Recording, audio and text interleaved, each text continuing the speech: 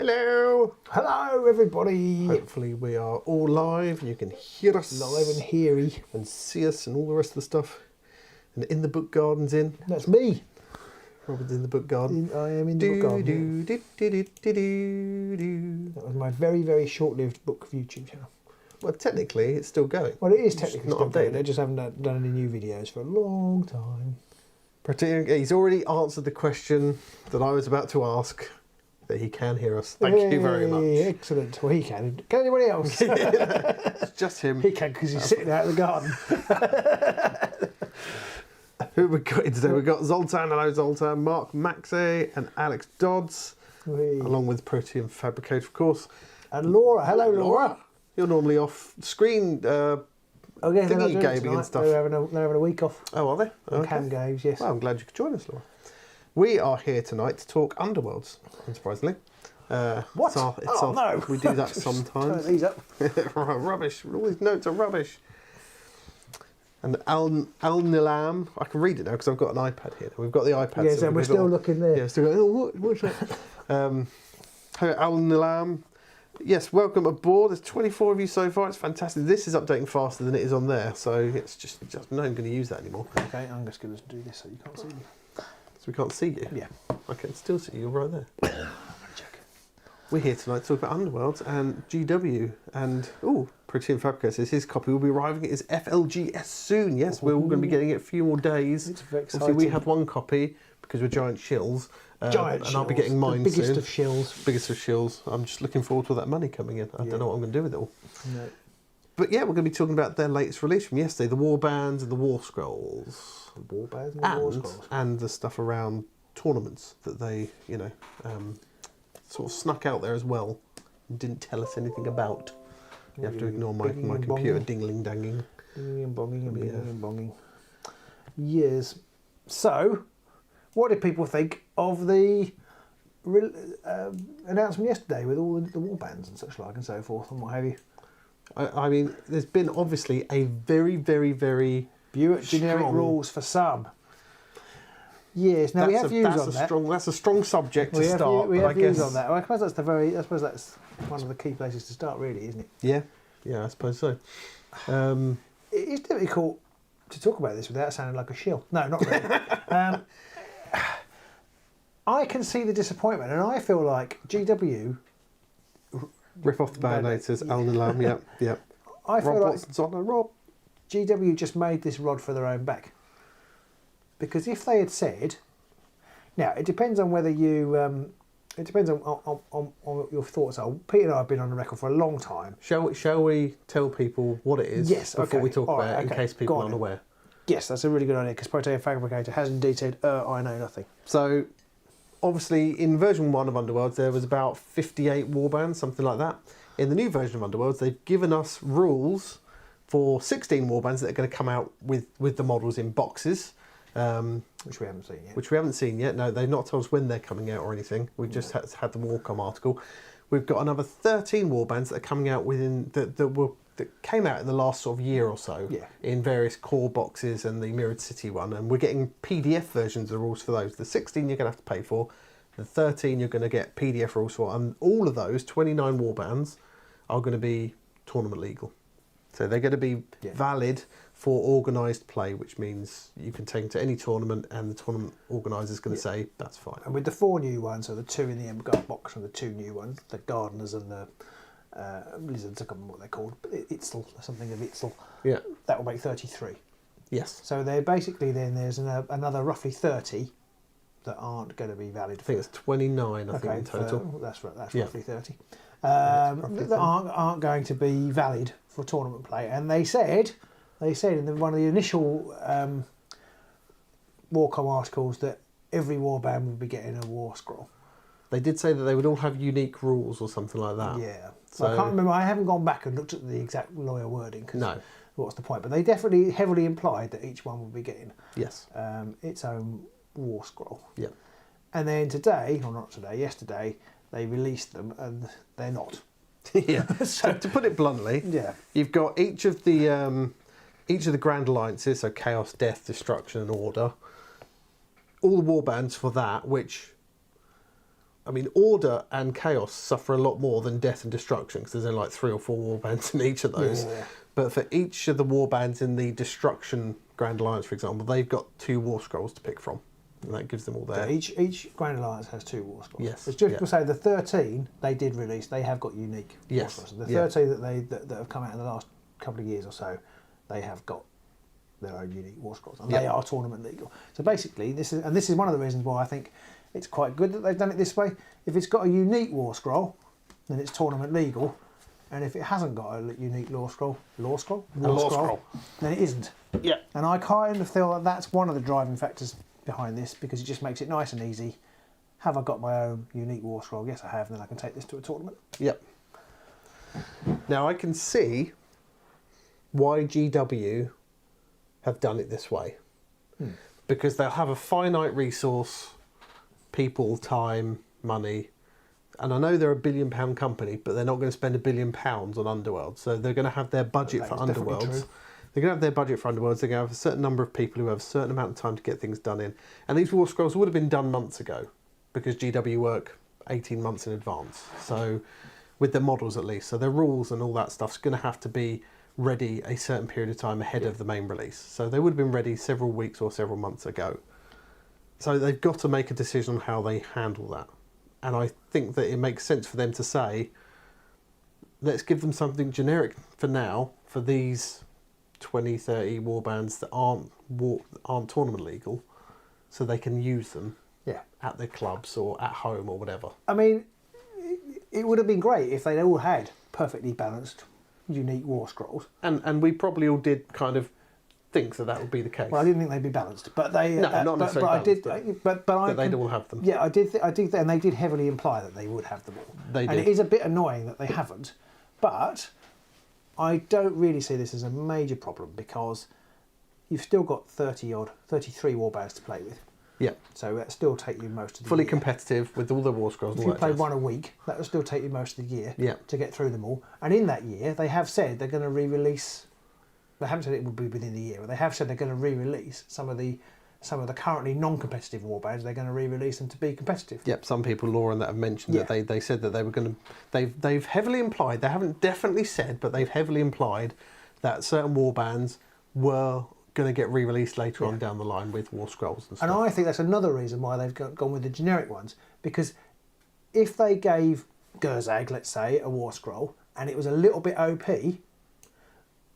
and people would find that out because people would play it, it was a little bit OP, then when they made it legal, they'd had to nerf it, which already makes it confusing. This way, and they're going to run into this problem down the line somewhere, but this way, anything that gets rotated back in hasn't got any old rules within this edition which supersede it, because they've never had them before. So again, I think it just keeps it neater to move forward from, which is all of this reset, whether you like it or not, is all about making everything neater to move forward and make the game better. It's about giving current players the options to use a lot of their stuff. And all right, if you own, if all the warbands you own aren't in that legal set, that is bad luck, and that does suck a bit. But at the same time, GW have probably used data to decide which warbands to bring in and which ones to leave out. And it does suck a bit, but it also means you haven't bought anything for ages. That is true. Well, so a lot of it anyway. Yeah. So I kind of feel like, well, at some point you have to buy stuff to support the game. And I know no one wants to buy stuff. Everyone hates buying stuff from Games Workshop. But if none of us do that, at some point they will just stop producing this game. They're not going to go under. They'll just concentrate on 40k or AOS, but they will just can the game. So I'm not saying, and that does sound incredibly shilly, so GW, where's my paycheck, to say we all should go out and buy stuff, but if you haven't bought something for 4 years, then you probably should go out and buy some stuff. I don't think you necessarily should go out and buy stuff, but it kind of implies that you're not as invested in the game as you think you are. Yeah. And if you want to be, then that's fine. If you don't want to be, then you can't really complain that GW haven't catered to you. It's not only not catered to you, in exactly the way that you want, because they have catered to you. And this is what I was going to say at the top, and then we kind of did the reprise of what's actually gone on. If GW had come out and said, because I'll go right back to the beginning. We've been saying for a long time that we think that warband rotation is needed. Tournament, 60 warbands, and it's only going to grow. So 70, 80 warbands is too much for a decent tournament scene. So if you accept the premise that rotation has got to happen, then GW could have just said, right, these 30 warbands are out, and we're not going to do anything with them. So stick it. Yeah, and you just they'll rotate back in again, and something else will rotate. But for now, these 30 warbands, you can't play with them. Yep. And if they had done that, and then yesterday said, "Ha surprise! We've got they're generic, but we've got some Warscrolls for you," which means you can actually use them. Everybody would have gone, "Oh wow, that's great! I can actually use them. I thought you were shit, but you're not as shit as I thought you were." But because they framed it the way they did frame it, everybody's like, "Oh, you promised us that we would get unique ways to play, and now you haven't. You'll go back on your word." So it's all a question of framing. I don't really know why GW implied that they would be unique. They're Warcom articles. And I don't want to besmirch the people who write them because they probably have a limited amount of information to go off of. Yeah. But they're fucking terrible. Just terrible. They nearly always confuse or mislead or generally just baffle people with some of their stuff. Do you think it's the Warcom articles, or do you think it's the English language and 20, 30,000 people all reading the same thing and inferring different things, slightly different things? It's a combination of the two. It's a combination of the two, and I think there's. But you'd think by now, Games Workshop, they've been doing this for a long time. Even if they're not monitoring us directly as we shill for them. I've got my tracker on now. Exactly. That was them telling me that I'm on trouble now. I've been docked. 7 minutes air. They should know enough by now that they need to be really explicit. Tell everyone to fuck off. Sort of website. They need to be really clear with what they're saying to say to people, we're going to do... Because if they just said right at the start, right, you're getting these 16, you're getting these 13, and you're going to get... The other 29 are going to share some Warscrolls. Yeah. I mean, the shit would have started earlier. Yeah. So in some way, they've just put it off. It might have been a bit less, but it probably would have died down by now. Yeah, I suppose they don't do that because all conversation about it is good conversation. There is that. How many live streams have we done now? Yeah, 3 or 4. I'm just going to find a USB plug. All getting more views than we normally get. Although there's less people in tonight, but obviously people already turned off the game because it's not the new thing anymore. It's because we're shills. It's out on. It's because we're shills. It's because we're massive shills. They don't want to associate. John Cheshire says hello. Raphael Perry says, "Is it misleading articles or wishful thinking on our part?" Well, I think that is part of the problem, isn't it? You want the best we never interpret things to be better than they are. I don't think. I think it's worse than they are. I think it's want their best interpretation. It's both. I think GW sometimes, I don't know if it's deliberate or just accidental or what it is, but they quite often leave things very, not generic, I can't think of the word. Open? Yeah, kind of open. Ambiguous is probably the word. Yeah. They quite often write stuff in quite an ambiguous way and leave people going, well, I think it means that we're going to get... It's like the scene from Monty Python, the Holy Grail. Yeah, vague, definitely. But it's like the scene from the Monty Python fucking hell, brain. Vague. Come on. It's like the scene from the Monty Python Holy Grail, Meaning of Life, or whatever it is, where he throws a shoe at them, and they all start going, "No, we need to throw our shoes away. No, we need to collect all the shoes. We should revere the shoe." That must be Life of Brian, is it? Life of Brian. Sorry, yes. And it's a bit like that in that they write it a little bit vague, and then everybody takes what they want from it, and everybody's sure that their interpretation is 100% true. And the minute it's not, they're like absolutely offended that they've been lied to in such a way. Laura says she doesn't think it's intentionally trying to hide bad news because we had it the other way around with the 13 Warbands where it was better. Yeah. We kind of thought that they weren't coming. And I don't think it's intentional. I just think GW probably need to realise who their market is and write their articles accordingly to that. It might mean, if they did that, we would get a lot less in the way of articles. And maybe that's why they're like, we need to write something and we've just got to say something about it, but don't mention that for the love of Christ. So just try and steer around it. Yeah, I mean, Laura's also mentioned trying to understand the competitive meta at the start of the edition is going to be hard enough with 29 warbands to learn at once. Absolutely. Yeah, I cannot imagine trying to go to the World Championships this weekend, or next weekend, or whenever it is, and trying to work out what is good. Because I can't imagine what that would be like. The one thing that I think everyone's entitled to get a bit pissy about it, right? Because, everyone loves this game in their own way and they've got their own opinions on how it should be run and all the rest. And they're entitled to get pissy about it. The thing for me is the fact that we still got a lot of stuff we're getting 33 warbands. You know, once the lizards and the plague bearers come out, we're going to have 33 warbands and 6 decks to play around with. We didn't get to that level in Shadespire, well, until near Beastgrave or Chasm. We didn't have that number of choice, but you didn't see people back in Nightfall go, "Oh, I've got 6 warbands." Exactly. Yeah. And I think that's. I mean, part of the I problem. honestly thought they were just going to say everything from Death Gorge onwards is legal and nothing else is. Yeah. Or something like that. Or maybe a year more than that. But so And if we've they got an had- awful lot more than I thought we've had. And if they had, you know, to be honest, I would have said that seems fair too, because it's all about making the game accessible again for everybody. And at some point, they've got to start chopping stuff out. They can't just keep adding more and more stuff in. It's just Much impossible. as it might be nice to have 80 warbands that are all perfectly balanced and didn't cause confusion, it's just not actually ever going to happen. I'm just imagining like a project managery type person at the GW studio going, how much is it costing you to develop and balance this game and produce the card stock for it? They go, yeah, but we got all these warbands. They're like, cut some of that shit out. Yeah. Let's get that number down. And I know some people, again, online have sort of proclaimed like they have found the smoking gun, that it's all to cut costs at GW. Like, fucking duh. No shit, Sherlock. Yeah. You've solved the puzzle. Yeah, it is. Obviously, they're doing it to cut costs a bit. And the alternative to doing this was probably, let's can Underworlds. Yep, that would be cheaper. I do think that this has all come about because they've looked at it and they've gone, this isn't manageable. We've got 2 options here. We just say, bollocks, it was fun whilst it lasted, guys, thanks very much. Because they've done that before. Or they say, right, let's rebuild it, let's start again from scratch, let's streamline it, let's make it cost efficient to produce so we can actually keep producing it and keep it much more balanced. Yes, it's quite funny actually. Going on the cost production, I've seen a few people moaning that the cards are cheap because they've got multiple languages on them. Yeah, I don't like foreign muck on my cards. Well, and, you know, they should print separate cards for each language.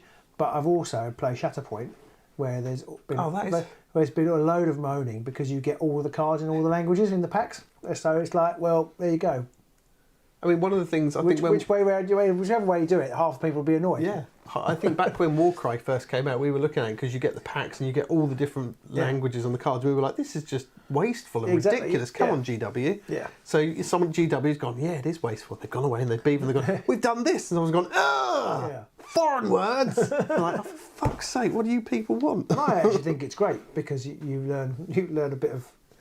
You should learn some other languages. Well, not even learn, but you just see them and think, oh, that's interesting how that directly translates or doesn't directly translate. Yeah, like, how is this that? Yeah, exactly. And my brain just goes, I don't know, magic. But yeah, it's not a massive downside. And yeah, it is what it is. So I've got a few people commenting. Seth wonders whether the marketing style is intentionally vague to keep the curiosity up. I suspect there probably is something in that. And I think as well, GW, they know whatever they do, people will moan. So I think they, a long time ago, have adopted the fuck 'em kind of approach, because it's like, it doesn't matter what we do, unless we keep it all exactly how you want it, you'll moan. And frankly, you're going to moan then anyway, because nothing's changing. Yeah. Joseph Bingaman says, for such a big company, it does feel like 3 Skaven in a trench coat running communications and writing something. It does a little bit. I suspect it probably is a team of like maybe half a dozen people. Yeah, it probably is. And that'll be it. They'll get articles in from various teams around the company. They'll slap some images in that they've got, they'll format it, and they'll chuck it out, and that will be it. Yeah. I mean, I remember when I worked at one place and I was responsible for doing some of the communications on the corporate website, it was a massive monkeys thrown poo at a wall scenario. There wasn't, it's you know, they might be £1 billion company. That doesn't mean that they've got slick operations behind the scenes. It just means they make a lot of money. Nico says he's picking up his EMBERGARD tomorrow. Woo! I'm not sure Don't tell Games Workshop. I'm not sure you're meant to tell anybody. They've got a direct line on us, and now they know about it. Nico, run, Nico, run. Anna Lamb says that it's of the other team rules are still 4 weeks away. Yeah, that is a little bit strange. Which ones? We don't know when not the ITS or so much, but the 16. The 16 as they're called. The 16. The 16. I guess they're at least 3 weeks away. Yeah. Well, so yeah, I guess so, they are. Yeah, so I think it is slightly odd. It's had yours in pre-order for 10 days, still waiting for delivery. Well, it's only been out. It's not due out till Saturday, Mark. Yeah. So that's why you're waiting for delivery. Yeah, it will be there soon, but usually Depending on who you order They normally from. all get shipped on a Friday in the UK to arrive on Saturday morning. Yeah, so it depends on where you are. Sometimes people get them on the Fridays and stuff like that. Nexagon says, thanks for providing some sanity. I don't know where you've been. This is providing sanity. My personal opinion on it is that... Laura makes the comment, sorry, that it probably is, Underworlds probably fits in around the other release schedule, which is probably true. Yeah, I think so. Sorry, I've just got to send a message. keep Mark going, Maxey says, coming from models and painting, love them. So I tried a small tournament with my local GW and got table from the deck building aspect. This new edition with a new style deck seems better. Yes, I agree with that. I don't think it's any secret that we have actually got some of the extra warbands to test for when they do come out. And it's really nice that you can build decks and go, oh, this is good, and then you can combine them and go, actually, well, I'll try it with the now, and then, oh, that didn't really work, but I'll try it with the. Maybe if I just change this card, it can work with that. So you can build your deck and carry that around with you, and then try it with different things and see how it goes. So you can actually get better at the game, because one of the problems I used to find with Underworlds, particularly because we used to play all the different warbands all the time, and then we went to a tournament, it's like, basically we've only played it 3 times, whereas now we can actually play a deck quite a lot, and we might vary the warband, we can play the deck quite a lot, so we know you can actually practice the deck while also varying it up a little bit without completely breaking it. If you in the old game, if you changed warband, you had to change everything pretty much. Although, and this is something we always complained about, you would generally keep the same core set of cards from the Rivals deck with every warband you played. You might swap an objective here or there, but not every maybe this is still going to be the case, but not every warband worked with every Rivals deck. No. This I guess will still be the case to a degree, but yes. So I think we've kind of gone off the trail a bit. So that was the reason behind the Grand Alliances and the 2 Warscrolls for them to share between them, which I know some people aren't happy with them and they're not happy with it, and I guess some people aren't going to like it, but I suspect strongly a lot of the people who don't like that didn't like the game as it was coming out anyway, so are just dogpiling on another thing they don't like. Slippy's in. Oh, Slippy. Slippy. Alex says he's really happy with the Warscrolls with digital warbands. Nice to see some recognisable flavour carried over, and not everyone having a once per game abilities only. Yeah, I'm really quite pleased about how they've done that, which is quite nice. I think the Warscrolls actually bring a lot more flavour than anybody was expecting. Certainly I was expecting. I'll speak for everybody, but I feel like they're more flavourful than they might have done. Yeah, and a lot of them that we've seen, they're not all the same. It's not because I think the game itself gave the heavy impression that you were going to have 3 once per battle things and 1 warband specific thing and 1 inspiration thing. But even as I was thinking about it this weekend, because we took this to our tournament this weekend, and thanks to everybody who attended that, and anybody who got in the buy round could play it as an EMBERGARD if they wanted to.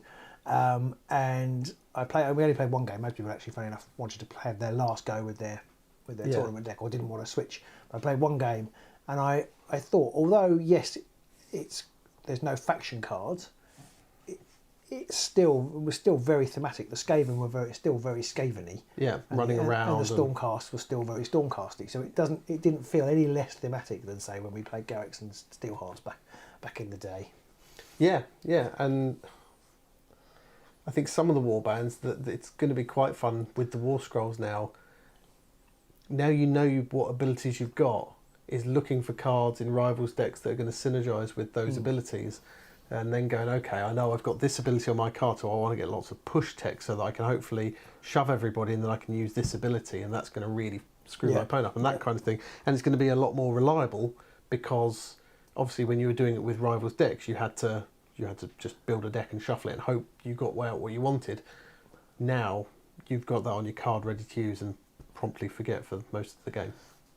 Anna Lamb runs a club. Do I think the boards will be sold on their own, or is the only option likely to be buying the starter box over and over? I don't think they will sell them on their own. I don't think so. We did see in another article that they're going to be doing alt-art boards from the tournament for boxes. the OP box, the organised play boxes. Yeah. So that is one way to get more, but that's not a cheap way. No.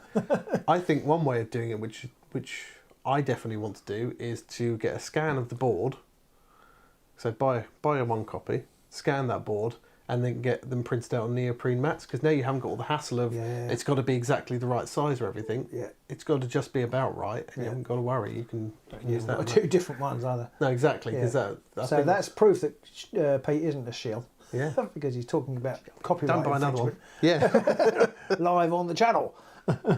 So Jim Crimmins says that he's beyond not happy with the Grand Alliance decision. What's after beyond not happy? Is that miffed? It depends how far. If you keep going, you end up round the front and happy again. It's a circle. Why are you beyond not happy? Well, he does say down here. Sorry, okay. He does say down here. Oh, yeah. It feels like they lied about the rules for the Warbands. We have covered that. We did say. I think they didn't lie, but they certainly let us think that that's what they were going to do. Yeah. But I've already said this. I'll quickly cover it. I don't necessarily think it's a bad idea. I think it means that if you want to play tournament games, you immediately know it's got a unique war scroll. Yes, it has. Therefore, I can play it for a tournament. Yeah. So that's nice and clear for new people. And everything that's valid for a tournament is purchasable at the minute. Yeah, and you won't end up with somebody coming along with a non. I mean, if we ran a tournament and somebody turned up with a non-tournament warband, it'll put us in quite a difficult position potentially, and it makes that break a little bit easier.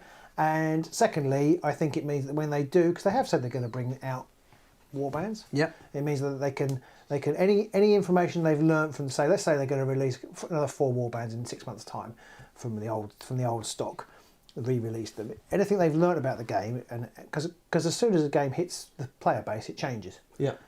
Anything they've learned, they can put into those war scrolls and not have to print them, not have to create them now, realise they're wrong and then change them and then cause more confusion or more annoyance. Imagine if they've realised that Gerzag didn't need to have 3 hammers, 3 damage or whatever he's got. I can't remember. I don't know what he's got. And they need to tone it down. Then that will cause people upset because I've been practising with Gerzag, waiting for him to go live all this time, and now he hasn't. Now you've changed it, so that will cause aggro. So I think we've got 30 odd warbands to play with. We can still play with our old ones if we want to. Maybe not in quite the way we wanted to, but if you've got people who are the same like mind in your area, you can just play the old game. Yeah, just play version 1, or play with all of the non. I'm sure people are going to run tournaments with the non, organised play ready warbands. It'll just be a case of you just got to find your group. So I think it will come good. You just got to give it a bit of time. Like I say, you have got 33 warbands to play with in the meantime. So even if you play with 1 a week, that's still going to take you through most of the rest of the year and well into half of next year. Now, somebody did comment on here, so there's a couple of things I want to quickly jump back to, because Al Nilan was talking about, obviously, he had a load of spare boards, and somebody has mentioned it as well, but somebody has on Facebook posted a thing about basically cutting up some of their old boards and creating the hexes so you can fit them down the sides to come up with the same configuration of the boards.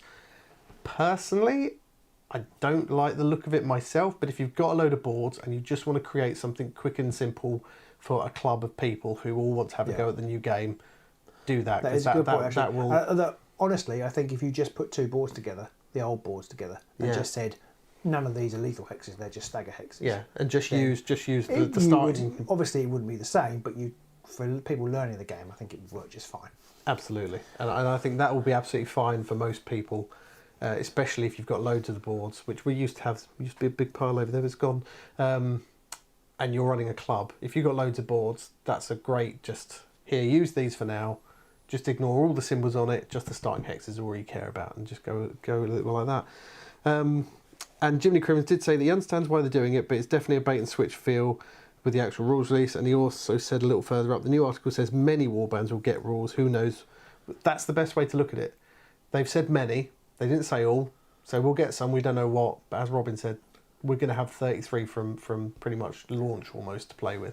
That's more than enough for a long time in my books.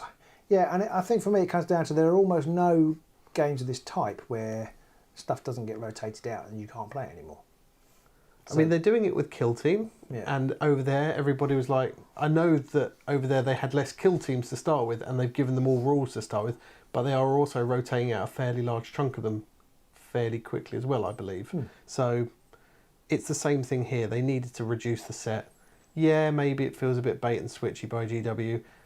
We're personally of the opinion that we don't think they've done it deliberately. It's unfortunate, but we're at where we're at now, so what are you going to do about it, really? I don't think it was deliberate. The amount of sales that they may have generated by tempting people to, they might be able to use their old warbands,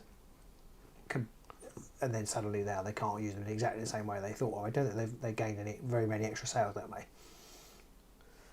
Joseph Bigman says that I pointed out to him on Discord that the fighter cards are already set up for their potential Warscrolls to roll out in the future. I don't think that was me. I'd love to take credit for it, but I think somebody else noticed that, like the Gits, the Ripper's Warscrolls, it looks like they've got a wolf profile and a Git profile, because they've got two attack profiles that are very similar. I've seen people going on getting really cross about that, and it is quite clear what they're going to be for. Yeah, I think so. Yeah. And I mean, it could be that they're just typos and they fucked up something, because there are some typos on those Warscrolls, which I think, given how many they've had to produce, there are going to be a few things that cock up. It's a bit frustrating. I do find, I might as well talk about it now, I do find it really frustrating that they've messed up the Gits scurry reaction again. Yeah, I mean, it's kind of like they've already been caught in for the Git scurry loop. They really, really don't need to. They really, really should have caught that before it came out. I'm torn, because I work as a QA. So it's your fault. It's my fault. There you go. I work as a QA anyway, so I know that a company they'll have a level which they'll go, we reckon these are good enough, and they'll fire them out, especially when it's just a game and no one's going to die. You know, you say that. Have you seen the comments? Have you seen the comments? Yeah, we have had personal threats. So there's going to be a level of bugs. There's going to be a level of things in there where they go, oh yeah, fuck that up, we'll fix that now. I think the thing is not if it happens, it's when it happens, and it's not when it happens, it's more a case of how they fix it. As long as they quickly turn around in the next few weeks and go, sorry about that, here's some updated PDFs, I can't really, in my own good conscience, be that angry at them for it, because there's a lot of crap going on. We don't know how many people are on that team. No. It could be one poor bastard. Well, at one point the team was Dave Sanders and the guy who did the interview with Nick. I've forgotten what he's called. John Bracken. And it was the two of them. Yeah. Now, it may be, at best, it's only going to be double that. It's not going to be any more than that. Maybe half a dozen. Yeah. At the most. Yeah, so And I'm not including people like the people who are painting them, the people who are sculpting, because that's got nothing to do with the rules. Yeah, at most, because they've done a few videos where they've had some of the designs in, and I think there's 4.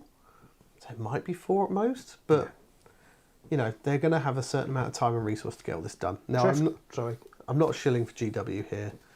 It is frustrating when stuff comes out and there are obvious gaps, but a lot of those obvious gaps I wouldn't have spotted. But it's the fact that several tens of thousands of people have looked at those and immediately gone, I found a mistake! That's going to happen. The typos I have less worry about. The Git thing, I kind of feel like, because that's already been found before. It feels like they should have been alive to that. But the playtester should have been alive. But the person who read that may not be aware of the previous Git issues if they only turned up recently. That is true. Trev Knox says he hopes the 33 are well designed. I think we all do. Yep. For the Warbands they release for the non-tournament legal rules are all for the bin. Yeah, possibly. Yeah, that's. I think they're a way if you just want to have a casual game. I mean, they look quite good fun. Some of them. I haven't studied them in detail because we're going to. Gerzag. Yeah. Boy's got some meat on him now. Yeah. And so's Garrick. Yeah, Garrick looked pretty good. Quite fancy having a go at Garrick. Yeah, but I just thought actually there's no point. We're going to be doing the 33. No, never. It's never going to happen. We're never going to get there. Some of these changes make the game look like that Bladeborn game. Haven't played, but visually and what I read so far, I mean, I don't think it plays like the Bladeborn game at all. It does look like it because it's the same models. Yeah, that's a big giveaway. And it's on hexes. Yeah, and it's in the AOS universe. But no, it's not really. It's very different. Because Bladeborn is very simplified. More like Warcry. Yes, yeah. It's functionally more like Warcry. So I mean, it's got the War Scroll, and they've obviously taken that idea from Warcry and AOS and stuff like that. They've adapted elements of Bladeborn into it, but you know, it doesn't play the same at all. Other than that, other than a resemblance, under the hood, they are very. It plays different. much more like Shadespire, if that makes sense. And to be honest, in the last couple of seasons of Underworlds, Death Gorge, terrible name, and Wintermoor is coming. I was starting to get a bit sick to death of the current format. It's just the whole. Oh, there's another warband with really fucking complex rules, and another deck with really complex rules. All the flavour and stuff came through from breaking the rules. Yeah, or finding ways you could prise it open. In the later thing, it was like the inspire condition of the breath and the bolt was completely broke the inspire rules. Yeah. The objective rules of the Loon Court completely broke the objective rules. That's kind of everything they did was to break core rules of the game, which made it really hard to teach, I think. Joseph Bingaman says thrice holder there once per game at the start of the scroll text and others have it at the end. Just makes me think that the interactions are different. Not quite sure what you mean, and I can't remember specifically what you're talking about. So I'm some afraid of the war scroll abilities will say once per game you can do this, and other ones will say blah blah blah blah. You can use this once per game. Okay. So I don't know how different they're going to be. Right. There's 70 people on, so thank you all for joining us. I missed the first bit. I tend to see that rules that are written in different format that throws me off. Yeah. But that could just come down to the fact if there's two poor buggers having to write it all out, then one person might do it one way and one other might do it another way, and I can see why that is off-putting, and that has always been a problem. That's the other thing. That's always been a problem with games, but Games Workshop games. Games Workshop games, especially. But they have often lacked that consistency, which is frustrating. Yeah. And it would be nice to think that they could not do that, but actually, 7 years of experience of the other one, the edition 1 of Underworlds, was just that they can't. Yeah. I mean, I'm sure, I don't know if anybody here is from the 40k background, but when they released the Sons... 1973. When they released the Sons of Votan, Squats, when they re-released them, their army book was like so broken, they literally had to release a video the week afterwards of them basically saying, really sorry, it's proper shit, and we're changing the rules straight away. Like... They can really fuck up badly, even on games that they're going to have a lot of people looking at. So Underworlds, with such a small group of people, I'm not saying that we need to just let GW get away with it. No. But at the same time, we do have to appreciate the fact that whilst it's a £1 billion company, it's maybe 4 or 5 people working on this whole game themselves, and give those guys a little bit of slack. Well, yes, the people who make it are only humans, probably not being paid massively well. No, exactly. Hopefully that gets me up to my next tier in the shilling GW. And some people have accused us basically of not caring about it because we get it all for free. I mean, we get some of the warbands for free. We also buy the warbands and stuff as well for the cards way back when. But we painted them all. We spent days of our lives painting all those models. We're no less attached to Garrick and more so. Pattle and all the rest of them. To a degree, I would say. But at some point you've got to just look at it and say... He says he's got everything to date. He painted 20 or so warbands and hope it succeeds. The generic rules made me... I think the heart goes... Made him sad. You could drag it up. Yeah. I do totally see that, and I do wish that they hadn't phrased it the way they had, because I think they've made a rod from their own back. I don't know if you were in the chat when I said it. If they had said basically, time has come for rotation, and if they were going to rotate these out, you can't play them in competitive play until they come back. Everybody would be thinking, oh, that's they'd have been annoyed, but they'd be like, oh no, I haven't got these rules.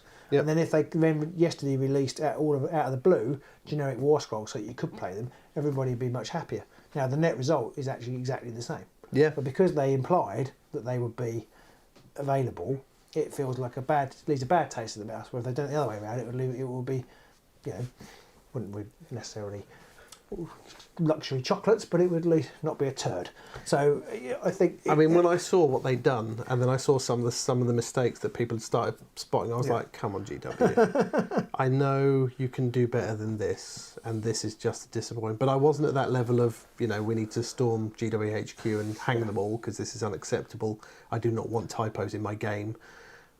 But I was like a little bit just sad that they had fumbled that part of it, because it's like the last hurdle before the game comes out. Like you just didn't have to fuck up this much for something that was already probably going to put some people off. Yeah. So how do you decide which legacy warbands or Grand Alliance wars roles to play? I can take this one. Go on then. If it's a legacy warband, we're not going to play it. We'd like to, but we haven't got time. So much time. So many warbands, so many war scrolls. If we get through to 33, which we won't, then we might play it, but we won't, because not only obviously the 33. By the time we've played those, there'll be 35, and then by the time it'll be 37, and gradually it's going to creep up and up. At some point, I hope to God it gets to an even number. Just an even number. And by some point, we don't know at what point, but sometime next year we know at least 3 more warbands coming out, and 3 more rivals decks. That's good. And 3 more rivals decks. Yeah. So it's like there's just no way to keep up with it. Do we have any information about Warhammer Underworlds and EMBERGARD on Steam? No. We don't, and I suspect that's, if it's coming, it's well down the line. I would assume it's never going to happen. No. And sorry, I had such high hopes for Warhammer Underworlds Online. I think they absolutely ruined it. I would have loved. I think, yeah. It would be great if they did do a version of it now at the beginning where there wasn't too much. Yeah, that'd be I don't think they will. Jim very kindly says he thinks we were fair and he remembers that we were close to dropping Underworlds. We were absolutely were, and doesn't see us as shill. So that's good. We had stopped. We were playing. I think we got Nether Maze and I can't remember the other one. Was it Harrowdeep? Harrowdeep. Yeah, we were like, ugh. And we I think around that time we did a video entitled "Why We've Stopped Playing Underworlds." That's because we're just total clickbait. Yeah, we are. Yeah. But then they improved it with the Rivals decks, as Jim says, with the in Narwood era. It suddenly became better, and this is just applying that same principle, I think. To and they've cut more of the wood out. So it will be better. It just feels a bit. It feels a bit crap at the moment, I think, for some people. But I think it is going to get better. And there are some people out there who are saying, "Well, I can't use Hrothgorn anymore," or "Hrothgorn's just got this basic sheet. He's bollocks." Like, yeah, but if Hrothgorn was the only warband you cared about, you haven't bought anything in about 5 years. So. Yeah. And also, we've been to a run. We haven't done a lot. We've been to a lot. We've run a few tournaments. We've been to a couple more, and I have never seen Hrothgorn there. I don't think. So I'm struggling to remember if there was. I know that's just a simple example, but the reality is that most of these legacy warbands never saw play in tournament scene, and you can still play them casually. So, and there are people out there who do feel like, or are in that sad position that a lot of your warbands have gone to legacy, and that does suck a bit. Yeah. But you can, and I don't mean this in a really horrible way, but you can still play version 1. Yeah. But I appreciate if you want to play tournaments and stuff, you can't do that. But also, if you want to play tournaments, you want to support the games, you should probably buy something more recent that's valid. I don't know. On the plus side, Alex, at some point they'll bring them back in. Hopefully, and then you can play them. So you can look forward to that. So you can at least, hopefully, look forward to something. With the 33 that are out, it's just too many options for me at the minute. Do we have a list of the warbands went to tournament on Saturday somewhere? Yeah. Yes. There was definitely 2 Lady Harrows. Yeah. And a Starblood Stalkers. There was a couple of Gits. There were 2 Arenas. I remember that much. There's Wormspat. There was Xantar's Truth Seekers. There was. We're not going to just sit and list them all out now. 2 Arena, wasn't there? I think. But there were 2 Arena because there was an Arena off. There was, yeah. There was a Stablads, which was quite surprising. There were a couple of Canaans, I think. Of Canaans. There was a Mogor. Yeah. So we are going to list them all off. Yeah, there was a Garrix. We've got a lot of them. Yeah, there was a Garrix. Yeah, Martin. Yeah. I think overall, it does say something when there are nearly 60 warbands. We had 25 places, and there were still several repeats in there. It's like some warbands just no one wants to play. People should be more like Alex. He says he's saddened, but it's no means angry. He realises it's essential for the health of the game. Just means that for a while the game isn't for me. Exactly. 2 Canaans says Zoltan. And then while 2 you're, Canaans. You're going to go and play Warcry, then go and enjoy that, and maybe you'll come back. Hopefully we will. Yeah. When do we expect the rules for the repackaged Warband box? I don't know whether they'll release them officially online. Obviously, they're going to be online as soon as they're Domitans as well. When they're spoiled. Yep. I would expect it to be walked before Christmas. They have said they'd be out before Christmas. Oh, did they? I think one of their articles said. Did they say it, or did they heavily imply it? They didn't give specific dates, but one of their articles did say a couple of weeks, or following later, a couple of weeks, or a couple of weeks later, or something like that. So they I said, reckon around the end of November, beginning of December. Yeah, maybe middle of December. But they're not going to. It's not going to be later than the 15th. I wouldn't have thought, just because any closer to Christmas becomes stupid. It'd be interesting to see whether they have a release on the 21st. That would be very stupid. Quite annoying. But I thought that last year, and they released something right in like between Christmas and New Year, or right on the. Might have been. I can't remember now. Cusp, and we were sort of saying, well, they're not going to do anything now till New Year, and they were like, oh, it's another Warband. Like, really, come on. I know again that in those 16 Warbands, people are complaining about that because I don't want all 4. I don't want them all. Like, well, I mean, Games Workshop have to do things that work for them too. Yes. And if it ends up like the Mirrored City one, which was like 60 quid for 4 warbands, that's pretty good value. And if you only want 1 or 2 of them, keep the ones you want and sell the others on eBay, and you'll probably... a box with a friend or even an acquaintance that you've met in the Ages of Sigmar chat. Exactly. So there's ways to make a lot of your money back, I think. Domatan was his favourite, went to look at the Warscroll, and that's when he found out. Well, Jim, if Domatan was your favourite, then I'm afraid you just deserve it. We joke, obviously. We don't really mean that. No, because I meant Morgox. Yes. And yeah. Earthly Adventure says that he thinks having the Warband rotation now and legal competitive play will keep the meta fresh and always changing, and I agree. I think it's going to be good. And that's it. Thank you very much. Good night. I think it's going to be good. It'll help. The one thing they haven't done yet, they haven't done an article around how rotation is going to work and what's going to... I don't need to know who. They don't know yet. Probably. I don't need to know who. I don't even know specifically when, but I would like them to publish something like with Kill Team where they could just sort of say, everything that's valid right now will have a shelf life of 2 years. Yeah. And at 2 years, it will rotate out and then the next things will come in. Or they could say this set are going to be legal for a year, maybe the 13, they're legal for a year, everything else is 2 years, and then they can have that every year, stuff's going to rotate out and stuff's going to come in. That's where I feel it will be, actually. I feel like it will be 2 years. The 13 will just be a year, because they've already been out for a year. And then everything else, this will be 2 years. Whether this edition will be 2 years is the thing I'm not quite sure of. I kind of feel like 2 years is the sweet spot, but maybe they'll go for 3. Next is saying, can we take a second to appreciate how many people are listening and watching this stream? It's amazing that we brought so many people into Underworlds. There are 40k streams of viewer people, and yes, thank you to every single one of you. I know sometimes online we can get rather snippy with people. I don't know if any of them are in here. If you get a snippy comment, it's always him. I only get snippy when people call us shills or say that we don't know what we're talking about. I just tend to wave when they call us shills. Yeah, and I don't like being told that like we've been bought cheap or something like that, because I'm really expensive. Yeah, well also Pete doesn't know about the stuff, the wads of fivers that I get sent. Fivers now, it's 50s 50, sorry, yeah, I didn't say 50s, it didn't work. Inflation is properly doing this. I did think of mocking up a big stuffed envelope. £50 notes to put on here. A big bag with a dollar sign on it. Why it'd be dollars, I don't know. For the stream, but I didn't. But yeah, we're really appreciating everybody coming on. And if you've got any questions about any of the Warbands, do shout, because we can always have a look at them now whilst we're talking about things. And if you've got any opinions, strong or mild, please let us know about those in the chat too. We'd love to hear them. Avenger thinks it will promote people to have multiple Warbands.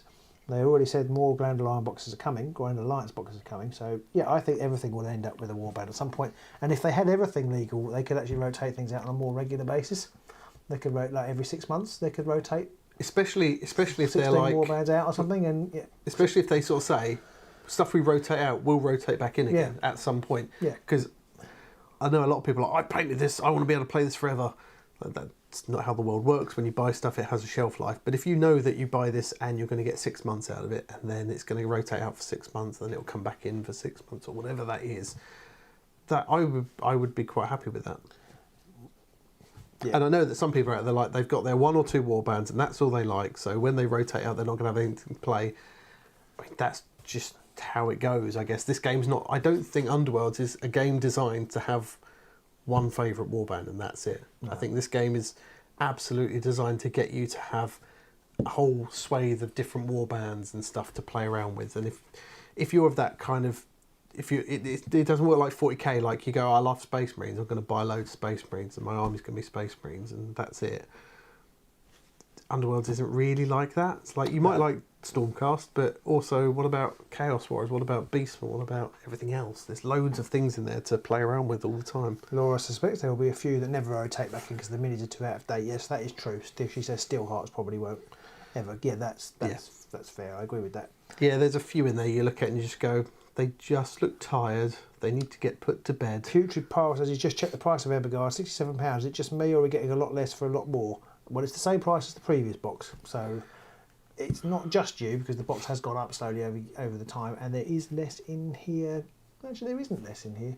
There's less. No, because whilst you haven't got the Warband, you've still got 4. You've got 4 rivals. In some ways, you get more use out of what you get in here now, and we've talked about that before. In that, whilst you get 2 Warbands previously and 2 Warband decks and 2 rivals decks, you didn't get the same level of use out of that, the interoperability of it all, whereas now you get much more. So there's a few questions going across here. I just want to add a bit more about the cost thing, so you keep hold of them whilst I address. The other thing is, everything costs more. That is true. And I'm not having And I'm not having a go at that at Putrid Pile specifically, but moaning about price to me is just not worth oxygen. It's like you might as well just moan about the cost of gas or basic groceries or the train. Everything costs more. Everything's gone up in price, and it does suck. I'm not saying that it's great and we should all applaud it, and apart from us because we're GW shills, but everybody else shouldn't applaud it. But it's just I think really it's what human it nature is. to moan when things are more expensive. But I think it's one of those things that GW won't make this at a loss. No. And I don't think. I mean, obviously they do post good profits, but it is what it is. It's a hobby, and you have the choice. I think that's the end of the day. You have the choice, and if they overprice it and everybody leaves, then they've done it wrong. But so far, their year-on-year profits keep suggesting that they price it at the right point. Now I don't really know the mechanics of it all, and we're very fortunate because we do get sent stuff, and we're very fortunate because you have a good job, my wife has a good job, so we can afford to the extra bits and pieces that go around it. And I can appreciate that if you're trying to do game hobby on a budget, it is really tough. But this is probably the best game to play if you're on a budget. Yeah.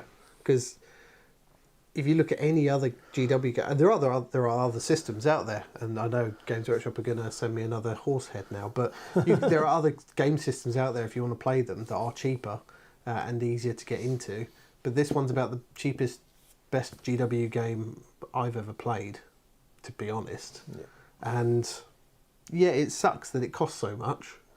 And if I had my way, it'd be like 30 quid for a box and £10 a warband, and but we're never going to be in that world. So it costs more. Everything costs more. I don't think that's a specific complaint about this game. It's just what it is. Yeah. So the question that Jim asked, there's a few good questions coming up, but he says, what do we think of the decks for the new version so far? Now, funny enough, we haven't actually played that many games because it takes quite a long time to record one, and we've done a lot of these lives because GW keep dropping news, which, that's take. So we were going to play tonight, but we're not.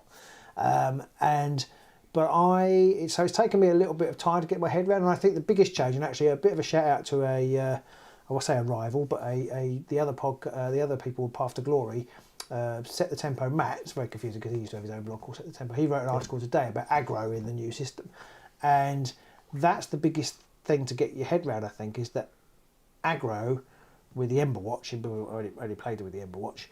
You think, I'm going to smash into the Skaven, but you can't anymore. You can't. Almost literally can't one-shot anybody. So the decks, for example, the one with Annihilation, I would say, is probably so far the most useless card that I've identified, because it's almost impossible to score. I did nearly annihilate them in one of the games I played on Saturday, but it was luck because I got lucky. You cannot rely on that at all. No. So I think it will take a little bit of, for me anyway, I know there are some people who can just sit down and look at stuff and work out what is good. I cannot do that. I can only do it through play.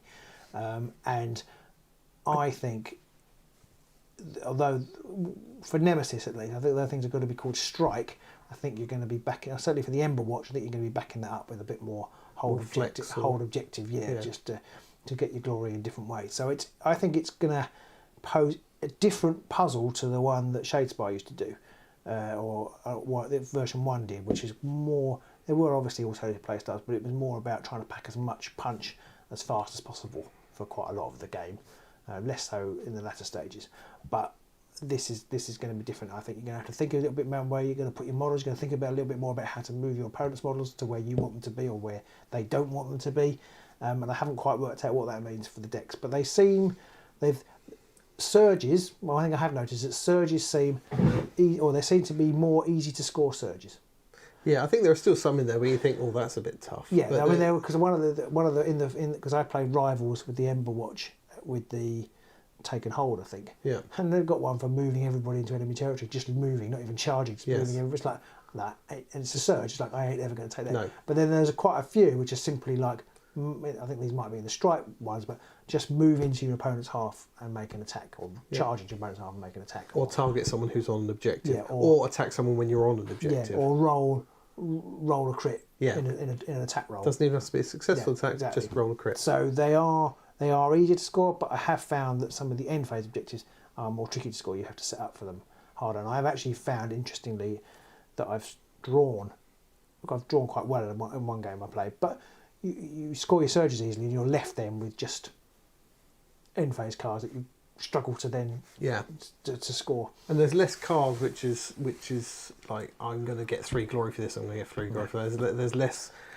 really high scoring cards, and also whilst some warbands give away more glory for their kills now, like every warband has 7 glory, you don't get as much glory for kills in general, I think, because you don't kill quite as many people. No, and the Horde warbands don't bleed it as great.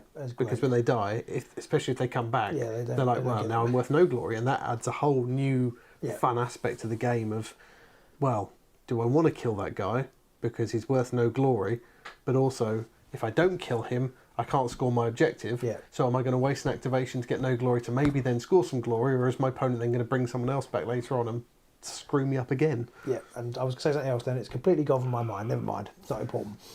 I do think, coming back to one of your points where you said you know some people can look at it and just decide whether cards are good or not, I think that's very hard to do in this version of the game because there are just so many variables there now. Well, I think over time obviously that will lower. Over time, yes. There will be people who've worked it out a lot more than I have. I think that's really what I meant. But I think they'll have played more games in general as well, because you can't, without playing games, I don't think you can really appreciate, because a lot of people look at some of the stuff that GW have publicised and they go, oh, they've only got blah. But it's like, once you actually play it, you realise, actually, my Stormcast give away 2 or 3 glory a kill. But that's what I was going to say. They don't die often. But that is what I was going to say, is it does completely change the way you play aggro, because if you end up with your three glory fighter isolated, because you've had to make a charge, and your opponent whittles them down over 2 or maybe even 3 attacks. It's not only do you give up 3 glory, you've also lost your best fighters. It really does. It does make you have to think a little bit more about whether you want to commit quite so hard. Nico said he's organised the first tournament in January for EMBERGARD. It's going to be Rivals format. Fantastic. Good luck with that one. Hope to see all that on Facebook and stuff. Dave Christie says he'll be buying it because he likes to have a game that's playable in 45 minutes with a quick setup. His go-to is Moonstone, only one guy for a long time, yet with the level of finishing balance that GW should reach too. I'm hoping that GW are approaching this game now with a view to the future of how do we, and they have done it already with a lot of things. They've managed to cap like how much damage people can do, because they've made all like the +1 damage cards, things like you get Grievous and you can only get Grievous once, so you're not going to have people with 5 or 6 damage on their attacks or anything silly like that anymore. And I'm hoping that they approach the rotation side as well with a pragmatic sort of level, and that we start to see a plan into the future for this, because I think that's what people need the most, is to know, if I buy this warband, is it still going to be valid next month, kind of thing. Slippy's made a little point here. He says the next one might be £68, but when will the next box be? That's a really good point. We assume it's certainly not going to be 6 months, so you're not suddenly going to, because we were buying £67 boxes. Now they've gone up slightly, but we've been buying 67 even when boxes you're buying £50 boxes every 6 months. Whereas if this is only every, let's say 2 years, let's split the difference, let's say every 2 years, then you're already ahead there. Because you don't, I assume you're not, if you don't want to play the Jaws of It, so you don't have to buy them. And if you don't want to get the new Mastery Warband deck, Mastery Rivals deck, you don't have to buy it. So I think you could end up saving money that way. But we all know that everybody's going to buy everything anyway, because that is the funny thing. We have that disease, that is the funny that thing, compunction. Because I've seen people complaining that all their stuff's obsolete, and then showing us photos of stuff is now obsolete, and it's still in the boxes. Still the Rivals deck still in sealed boxes. It's like, well, it is obsolete, but you obviously haven't used it, so why did you buy it? And it's kind of like, I mean, I totally agree. We will buy. I mean, I'm already thinking, well, I need two of the Plague people, because I want to paint those models. Grandfather's Gardeners. I want to paint those models as well. So and Alan the Lamb says he thinks they said a year. They've not said. They've been very careful to not define what an edition is. They say this is the box for the whole edition.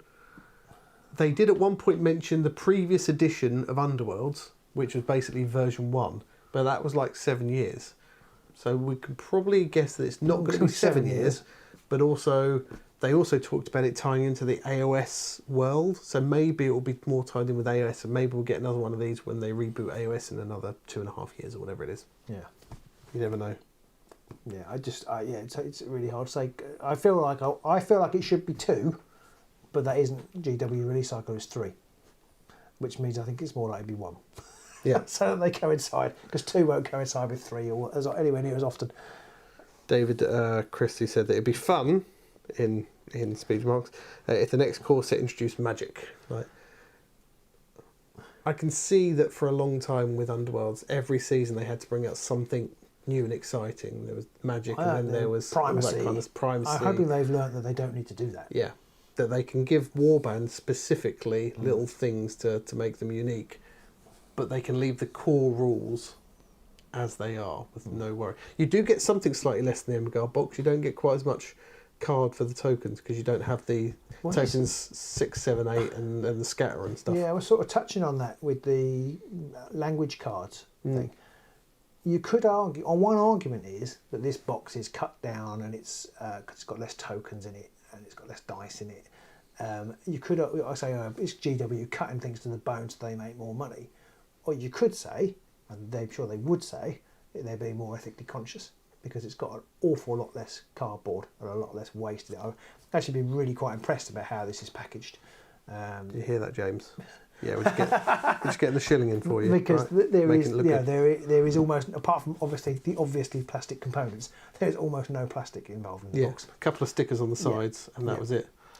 So, how much of it's cost saving and but companies do have to make, their shareholders and things, they do want to know what their green credentials are on things now for investment and such like. They're literally legally obliged to try and make as much money as possible as well, and if they don't, their shareholders can sue them. So they are, it's our hobby, but it's just business to them. It's not personal. It's basically, to them, it's widgets.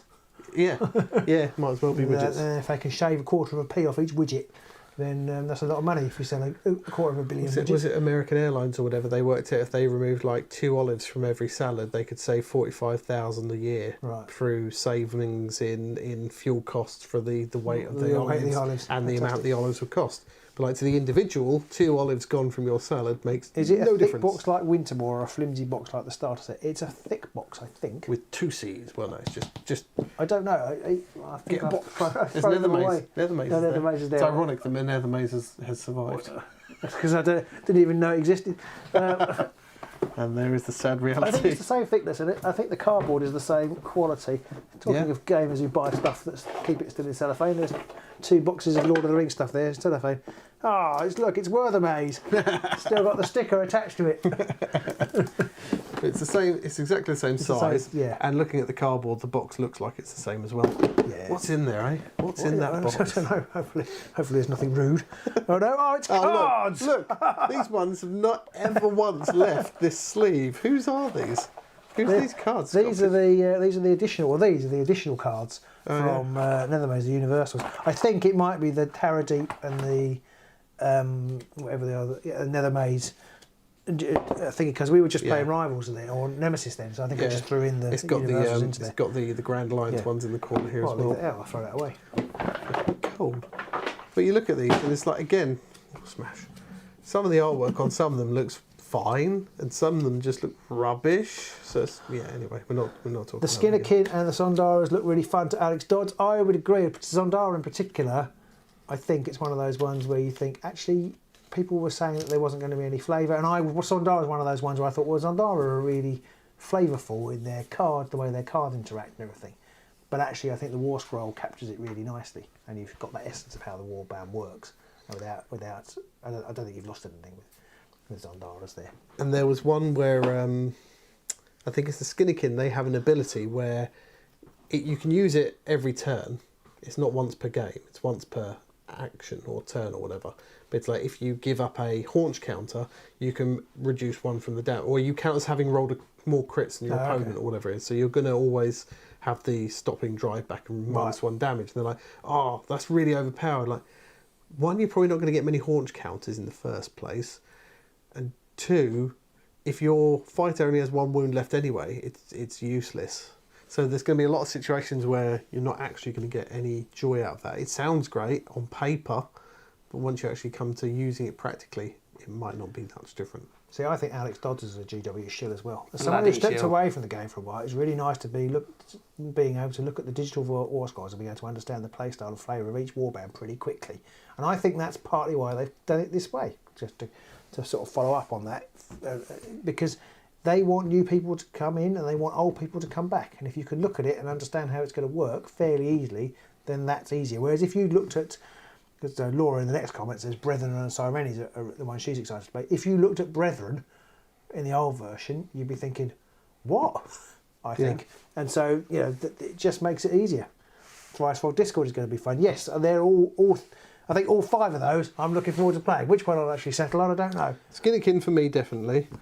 And none of the rest that have been mentioned. But there's others that I'm more interested in playing. I'd like to play the Grimwatch. I'm looking forward to playing the Grimwatch. Of the 16, I think I'll happily play any of the Death Warbands and almost any of the Chaos ones except for the Dread Pageant, I think. And then I'm actually quite looking forward to trying out like the Stab Lads, not the Stab Lads, the other ones, the Crawl Boys, the Crawl Boys, the original ones, because we didn't play them very much because they arrived at like the worst time in whichever one it was, Nether Maze or Harrow Deep. And we never played them. Kiki Max says, I have the models for Thunderix Profiteers from Warcom articles. It says the Warscrolls won't be free for the upcoming 16 Warbands. Am I going to have to obtain the rules through special ways? I mean, within a couple of days they'll be on Underworlds DB. I think you are, but what I have gone through the very quickly this evening, the tournament documents that were in the downloads release, and there's nothing in there that says you have to have the originals. The originals. Now, whether they'll add that later, I don't know. But if they're going to, I assume one of the reasons they moved to Warscrolls is so that when they find that they've made a mistake, they can easily update it, and therefore that would encourage people to print them. I kind of feel like probably you're going to be all right. But to start with, I think you'll be fine, obviously, in your club situation and probably even non-official GW tournaments. Whether you'll be fine on GW tournament, I don't know. But yes, I think probably if you don't want to buy the cards, you're going to have to print them out. But they're going to be available almost immediately. And I'm pretty sure there's going to be loads of people on eBay buying the boxes and splitting them up and then just selling the individuals. So you'll be able to go and pick up the cards for the warband you want fairly cheaply if you just want that one warband. A lot of people weren't happy that they were going to have to print the cards themselves. It's like, well, you know, I don't have a printer, or my printer's crap, or I don't want to spend all that money on ink.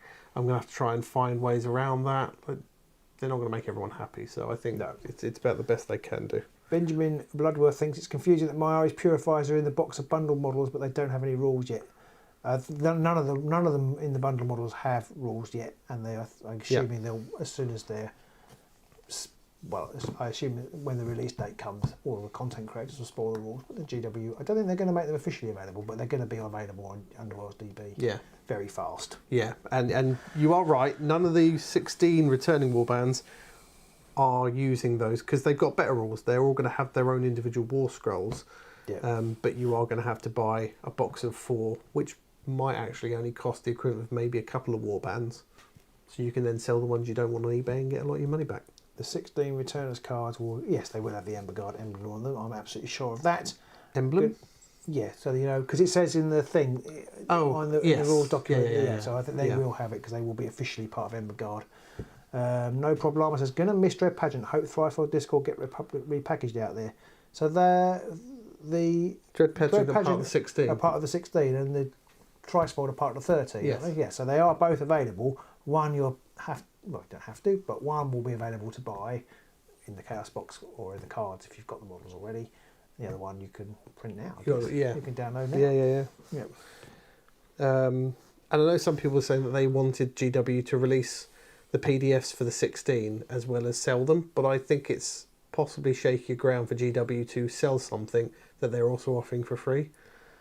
That to me feels. I know they've released the rule book for the game, but you get a lot more in the box than just a rule book. I don't quite know. I kind of feel like if they've done it up front and said, well, I suppose they haven't released them yet, have they? So I suppose they couldn't. They go, well, we're going to put them online, but if you want to buy a nice thick card, you can. Then that would be all right for me, I think. I mean, I wouldn't mind if they do it. I'm still going to buy them because I hate having to go through the faff of printing them. Yeah. I still feel like they're going to have to be able to print it because they're bound to have mistakes on them, or they're bound to tinker with them because something's going to be OP. There's no way that nothing's going to be OP. But then they end up in that can't win scenario of do they regularly and quickly update things that are wrong, and then have people going, oh no, I've bought this and it's out of date, or do they not do that and then people go, why aren't you releasing updates for this stuff? I think they have to release updates for it. And they have to release the PDFs, I think at that point. They have to.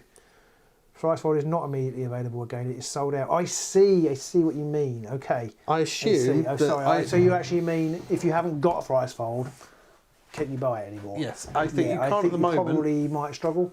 But also because they came in the Death Gorge. They were in the Death Gorge box, so you might be able to find the Death Gorge box. Yeah, I don't think that we'll, and this is why I think they partly will rotate after a year. I don't think we'll see them repackaged for EMBERGARD before they rotate out.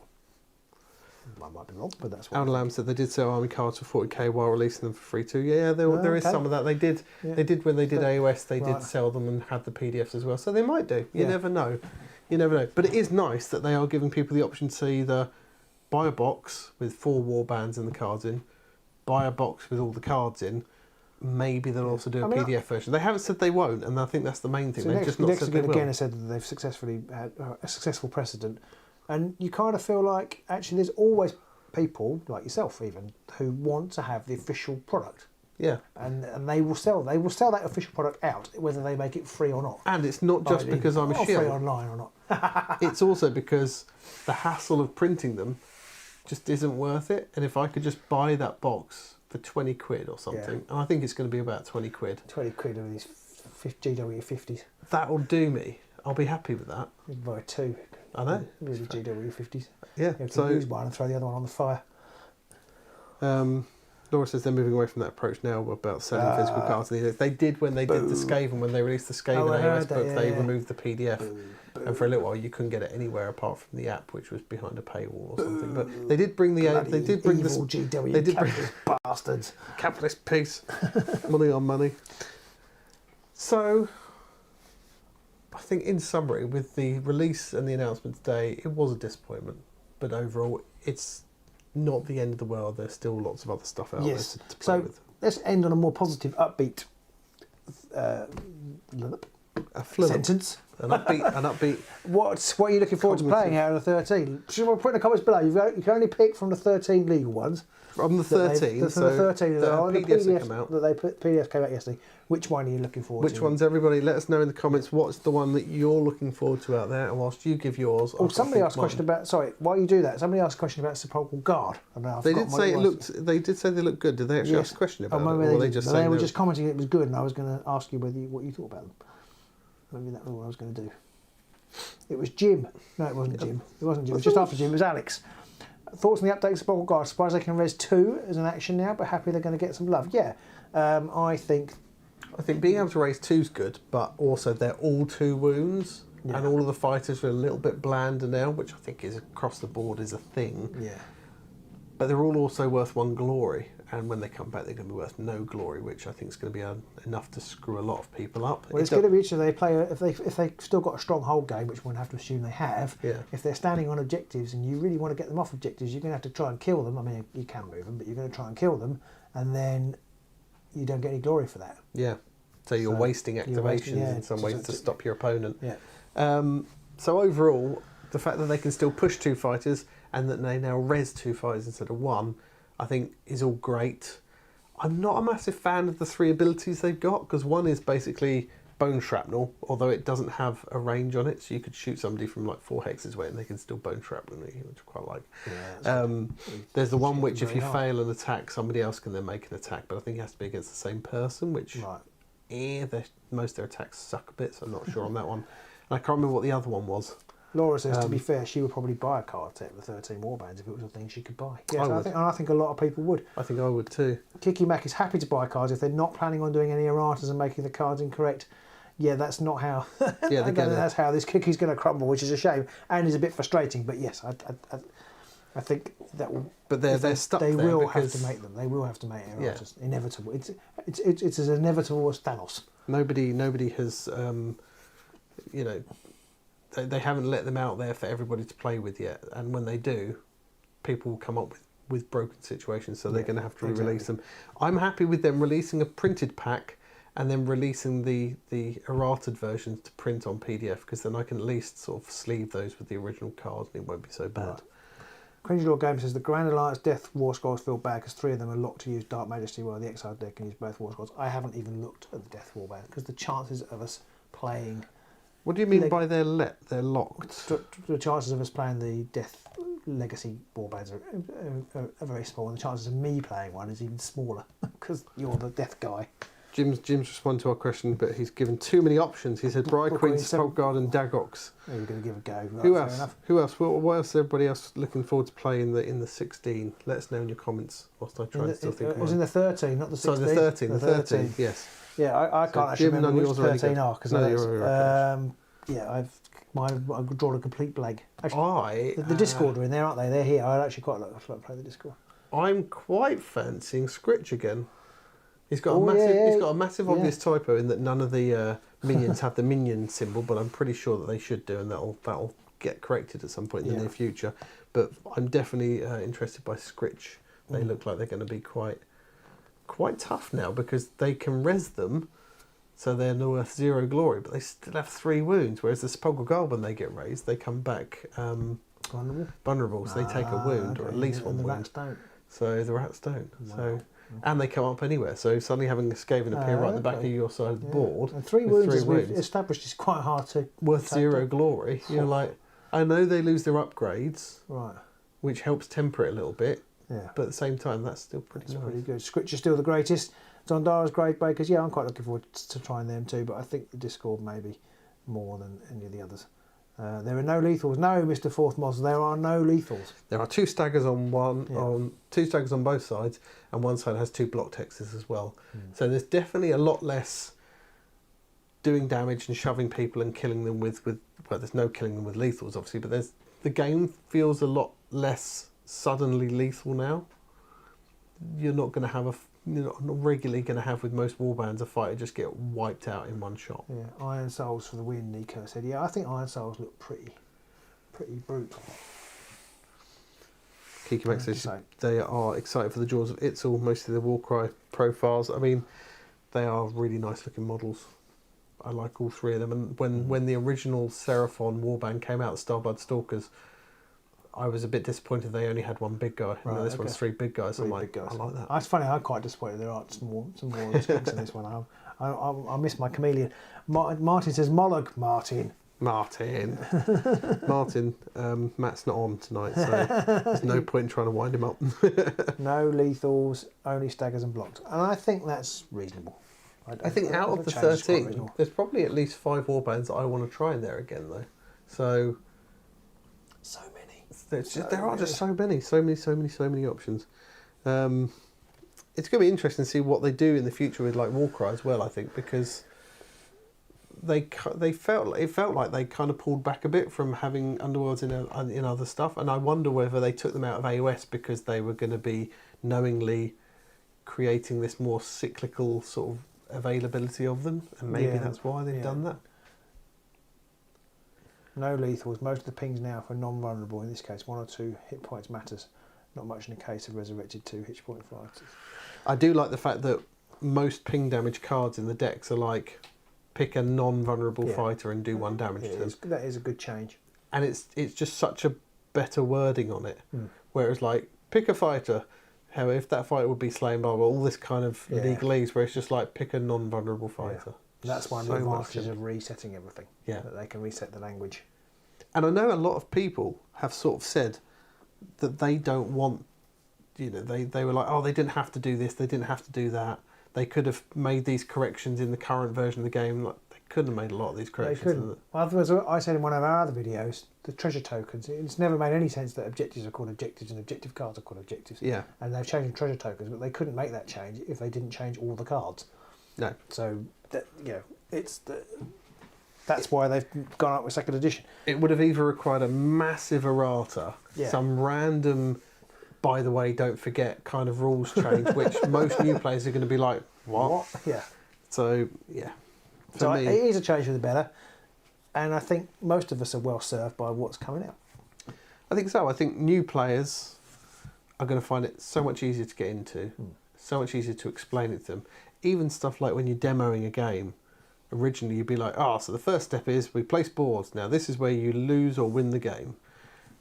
But we'll gloss over all of that right now, and we're just going to do this instead. Even if you didn't do that, I think if you're a non-game player, the whole concept of like being able to choose, roll off to see what playing surface you're going to play on is already like what? It's always a bit. It's already a bit. And I know some people really like that, but I think overall, for the health of the game, it wasn't ever going to really help it in the future. Whereas now it's just goes, here's your board. No. One of you decides which way round it goes, and then the other person starts off the next bit, and it's just there's less dice, there's less stopping and starting. So there's still choices to be made on the board, because I'm the sort of player that I am. I have no idea which way around I want to put the board at any given time.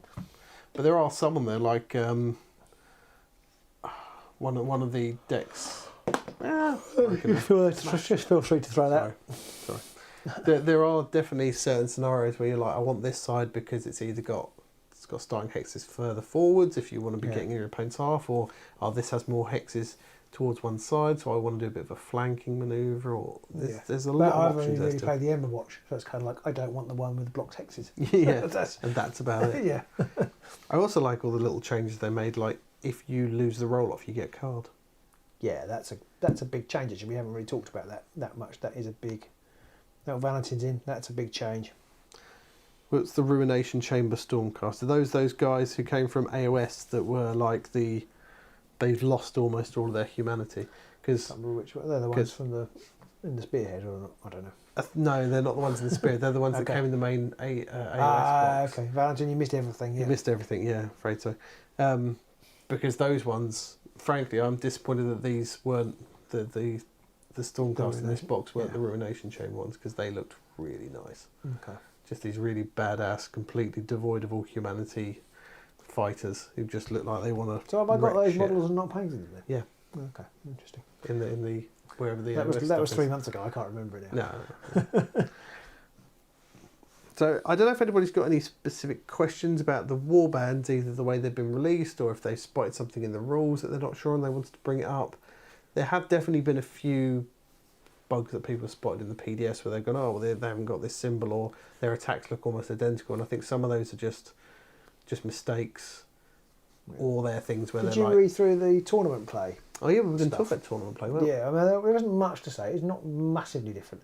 I quite like the idea. They've kind of made some changes to suggest how you should run tournaments, or how you should do the pairings in the different rounds. Yeah. And there's a whole section in there. I don't know if you've read it. There's a whole section in there about pairing people, like trying to pair people who've had similar days against one another. So if somebody won their first game and then won the next two, pair them with somebody who's done something similar, rather than somebody who's just lost their first game in 3 or whatever, because they might be upset. It's just quite a sort of interesting. I never really thought about that before. I did also like they went into a bit more detail around that you want to pick, when you determine the winner, you shouldn't just pick glory totals. Yes, yeah. Because just because you win, just because you get loads of glory doesn't mean you actually had any tough games. No. Whereas, and I really like that whole approach to it, where someone might go, but I got 400 glory and that guy only got 30 glory. It's like, yeah, but you got like 299 of your glory in one game.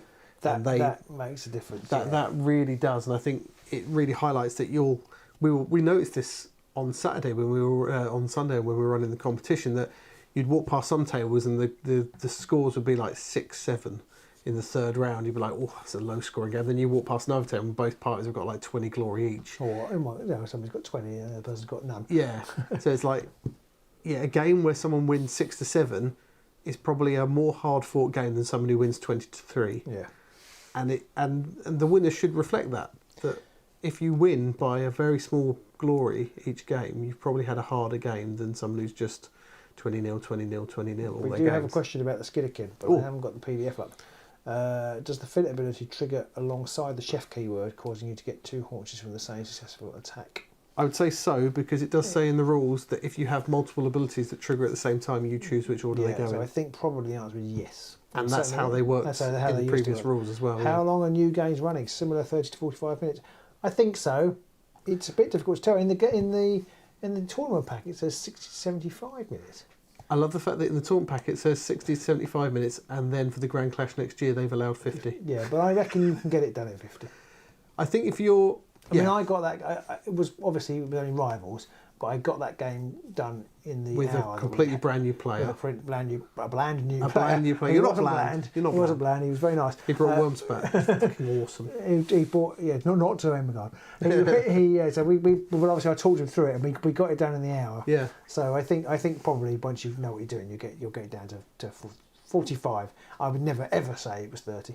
Well, unless you get tabled in round two or something. Yeah, there's definitely a lot of aspects of the game are much more streamlined, like the startup process. Like you don't have to show your opponent your cards. It's just a case of you draw your cards, and then if you don't like them, you put them down. You draw new ones and shuffle it all back in. There's none of that faff. The whole startup sequence isn't stop and starting. So I think for your first probably half dozen or so games, you're probably going to be looking at an hour. As you have to go back and go, well, how does that work now? You've rolled a crit and I've rolled 2 shields. Who wins? Yeah, that's the mind. That screws you up for yeah. I mean, we've had 7 years of muscle memory, so yeah, exactly. Just staring at the dice, going, I don't know. Why haven't I won? And I've got a crit. Why haven't I won? Yeah, and you're like, no, you haven't. No, because I've got 2 dodge. No, I've got. But I've got a crit. Yeah. But also, quite often it'd be the other way around, where you roll the dice, and go, you win. No, wait, no, I win. Fantastic. Yeah, both of you going home happy. Yeah, but not really sure why. Can we explain the take on playing Surge abilities rule box of the core rules? We are unsure in our community how to interpret that. It's on page 17. Where's the rules? I think Where's the rules? They slightly contradict each other at 2 points in the rule book. The way we have been playing it is that you take it in turns to do them, and you can do as many as you like. Yeah. And some people have cited the fact that Nick said in. Oh well, I think But I think citing anything that happens in the live games. I just realised this has loads of cards in. We've been standing up on its end. Oh, okay. So They're all over the place. Yeah, it's a bit of a mess. 17. It's like a casserole. Leave that like that. Surge ploys identified next to the surge. They can be played immediately before, or immediately after an event specified by that surge ploy. Yeah. So it's interesting that they can be played immediately, before or after an event specified. Yes, because sometimes they say before the attack action, or after you picked. I think after you picked the weapon. It's the bit where it says like you choose the order, but then later on it says you alternate. Yeah, I think yes. I'm not sure it says it here, but yes, I think we have been playing it that you can play as many as you want, but if you've both got ones you want to play, then you take it in turns, starting with the person whose turn it is. Yeah. That's what we've been doing. But you choose the order in which you want to play them. Yes, so you if I've got card A and B and you've got C and D, I might play B, then you'll play C, and then I'll play A, then you'll play D, or something like that. You don't have to. But nobody would ever really know that until after the BS. You can choose the order in which you play them. But I think it's also worth pointing out that whilst people have been theory crafting all these examples of how does this work, we've not really come across any yet. No, I don't think we've had any situation where we've gone, I've got this ability and you've got that ability. How does that work? Because the way they've worded it all. Right now, it just works. That said, Pete and I are very, I say laissez-faire, that's the wrong way, but easygoing. Yeah, we're not that bothered. We're not, as long as we get a mutually agreeable answer to the interaction, we're not that worried about if it's not. So maybe if you super rules lawyer it, you might. Or if you're in a tournament and maybe you're in the final. Into some rough grass there, but we haven't yet. Yeah, so I think that's a classic example as well of people who've been playing version 1 approaching version 2 with a version 1 mindset that you're sitting there going, but what about all these scenarios that could happen? Like, they don't. So, yeah, maybe they will come up. So far, we've not seen any. Yeah, Kiki Max says, opponent's win percentage works well in Magic for tiebreakers. If I go 5-0, my opponents are all 4-1 and someone else goes 5-0 and their opponents go 3-2, I had a harder tournament and rank higher. I think that's effectively, is that the same? It's strength percentage, isn't it? I think that's effectively the same. If you beat a load of people the and they beat a load of people, then you probably had a harder match than someone who beat a load of people who didn't beat anybody else. Italian Fabricator says if it's an hour or less, I'll be happy. I think once you both players know what they're doing, you'll easily get it done in an hour. Quick games sound good, more games per session rather than one that takes ages is always welcome news. Yes, I mean, I'd be interested to see when we get this playing up at our club night whether we can get 3 in an evening. We can always get 2, but 3 is always illusions generally. Yeah. So far. What's our ability? The Hammer Tide ability. I don't know what it is. I'm just loading it up. Now draws a straight line, but can that line be drawn in any direction around a 360-degree arc or follow hexes as per previous? I would assume it would be hexes. Yeah, and that feels like one of those GW have assumed that people will remember how it worked before and have omitted to say it. I think it would be hexes only, because otherwise it would be... So Hammer Tithe. You can use this ability and a friendly leader with no charge tokens is on the battlefield. Draw a straight line from Kyreni's Hex in any direction. The first time this line crosses an enemy fighter, inflict 1 damage on that enemy fighter and give that fighter a stagger token. This line immediately ends if it crosses a blocked hex. Now, you could argue that you just literally draw a straight line between 2 hexes, and the minute it crosses a hex that somebody's in, that's it. Because that's the easiest way to interpret it. Well, maybe you're right. And maybe that is it. And again, that's that version 1 thought process of, but we used to do this, like, it doesn't matter. That's not how it works anymore. You just draw a line between 2 hexes. I'm not a massive fan of that, because now you're going to need like a string or a ruler or something to determine what a straight line is. Probably not most of the time though. Yeah. But it's probably a much easier way of doing it than having a scatter token it's in only the a game. problem when you might be clipping a blocked hex. Exactly, and that's where you start to get that line of sight kind of difficulty. So for me, I'm a little bit about it, but I mean, does it actually say centre? Draw a straight line from Kyreni's Hex in any direction. Valentine's asked, it must be drawn through the centre of an adjacent hex. Ah, okay, interesting. Must be drawn through the centre of an adjacent hex, but that doesn't say it in the rules. No, so, I have a feeling that I believe the Worlds have had extra. Worlds, yeah. Info. So it's a bit annoying, but hopefully they'll update these then to clarify that and give you a bit more information. But if it is, it has to go through the centre of an adjacent hex. So you've got to go through your hex and through the centre of an adjacent hex. It has to keep going, hasn't it? It can't deviate after that. But it doesn't say, unless Val's sort of not writing it all, does it have to go through the centre of your hex and the centre of a adjacent hex? Which would make sense, because then you have literally got you follow the hex line grid, which makes then 100% sense. I think it will be that. And I suspect it will be as well. So yes, hopefully Val can sort of let us know that. Yes, it is funny enough, whoever asked about the thick box, again, it might be a weird question, but 2 people have asked it this evening. So yes, it is a thick box, some people have answered it. Dogman's going to jump in. Do you think EMBERGARD is a good place to start? I would recommend it. I would highly recommend it. It's still the game that everybody's enjoyed, which is why it's frustrating that everybody's got so cross about it, because it is still the game that everybody's enjoyed, and you can still play with an awful lot of your stuff that you had.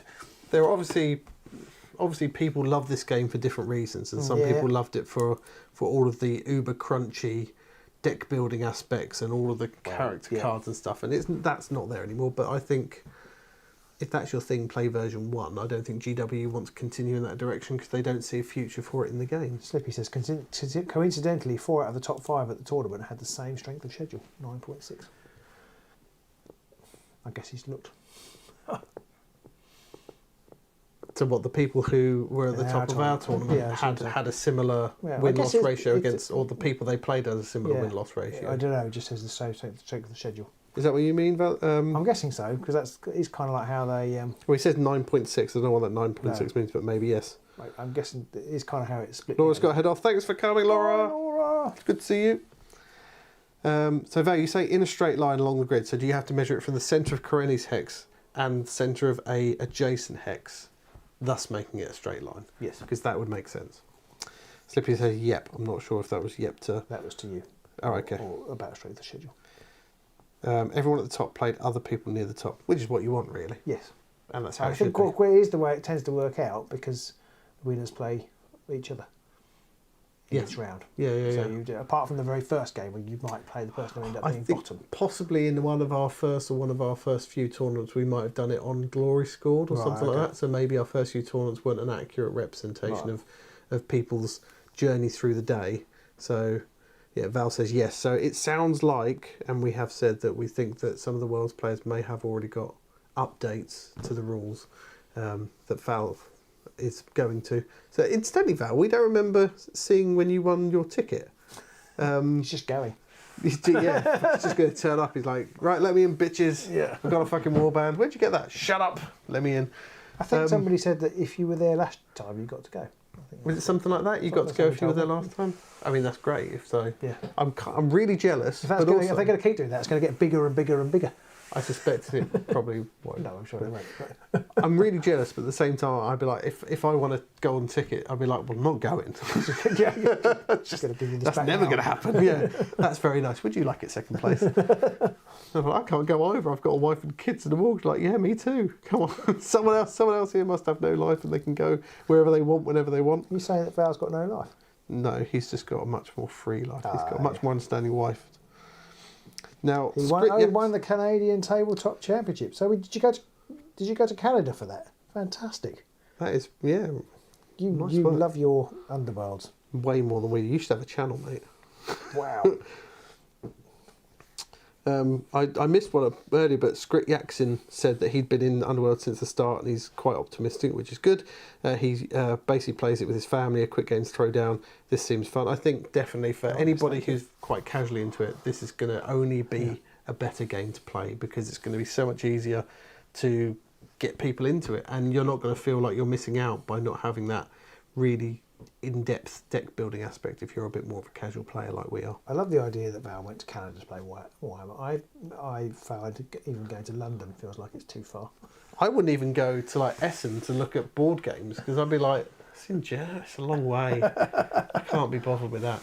It was a struggle for us to finally get up and say, right, well, let's go to Warhammer World next year. And that's like three hours away. And there's people flying halfway across the world. That is partly because I find the days incredibly draining. If it was just go to Warhammer World and chat with Underworlds people. Maybe, is anybody on here going to Warhammer World? Did they get the ticket? Anybody quickly, before we go, because we do need to wrap up, who is going to the February... It's only 10 o'clock. No, do we not need to go? 10 o'clock. Oh, goodness. We don't need to go. Sorry, I thought it was 10:30 I need to go. I didn't sleep very well last night. He happened to be in the neighbourhood. Excellent. Some feel the same about going to Red Hill. Well, I can't help that. Yeah, so do I. I love going to Red Hill.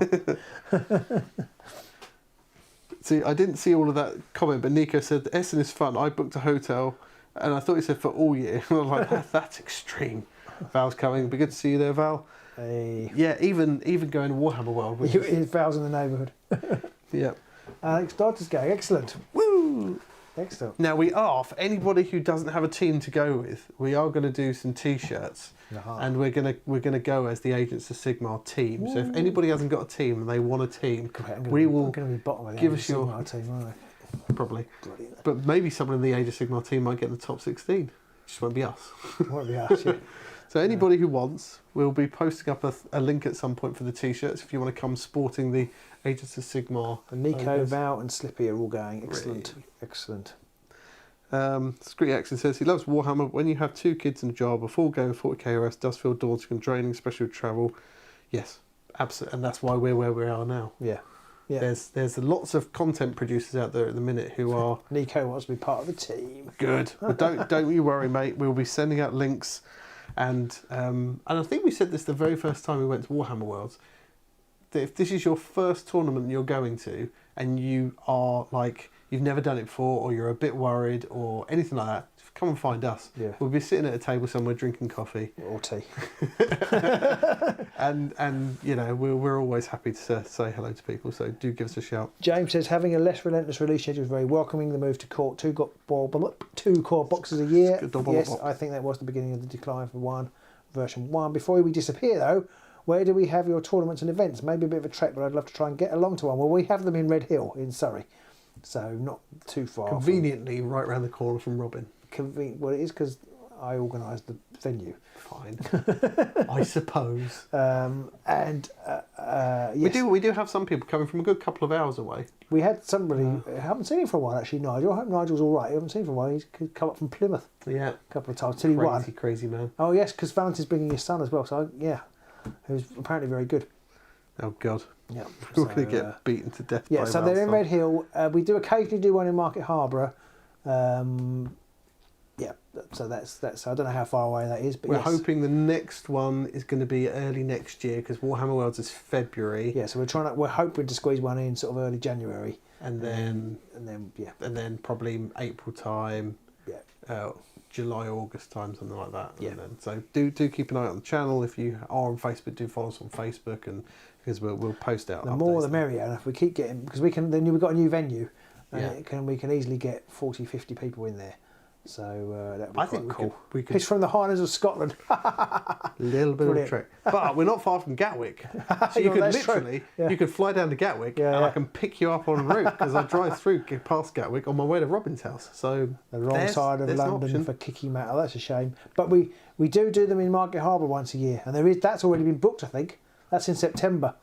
That's already been booked. I think it's the last weekend in September. Yeah, I think that's already in the diary towards the end of September, and that Market Harbour isn't too far from Birmingham. Jim McQuarrie's got his Grand Clash booked. See you there.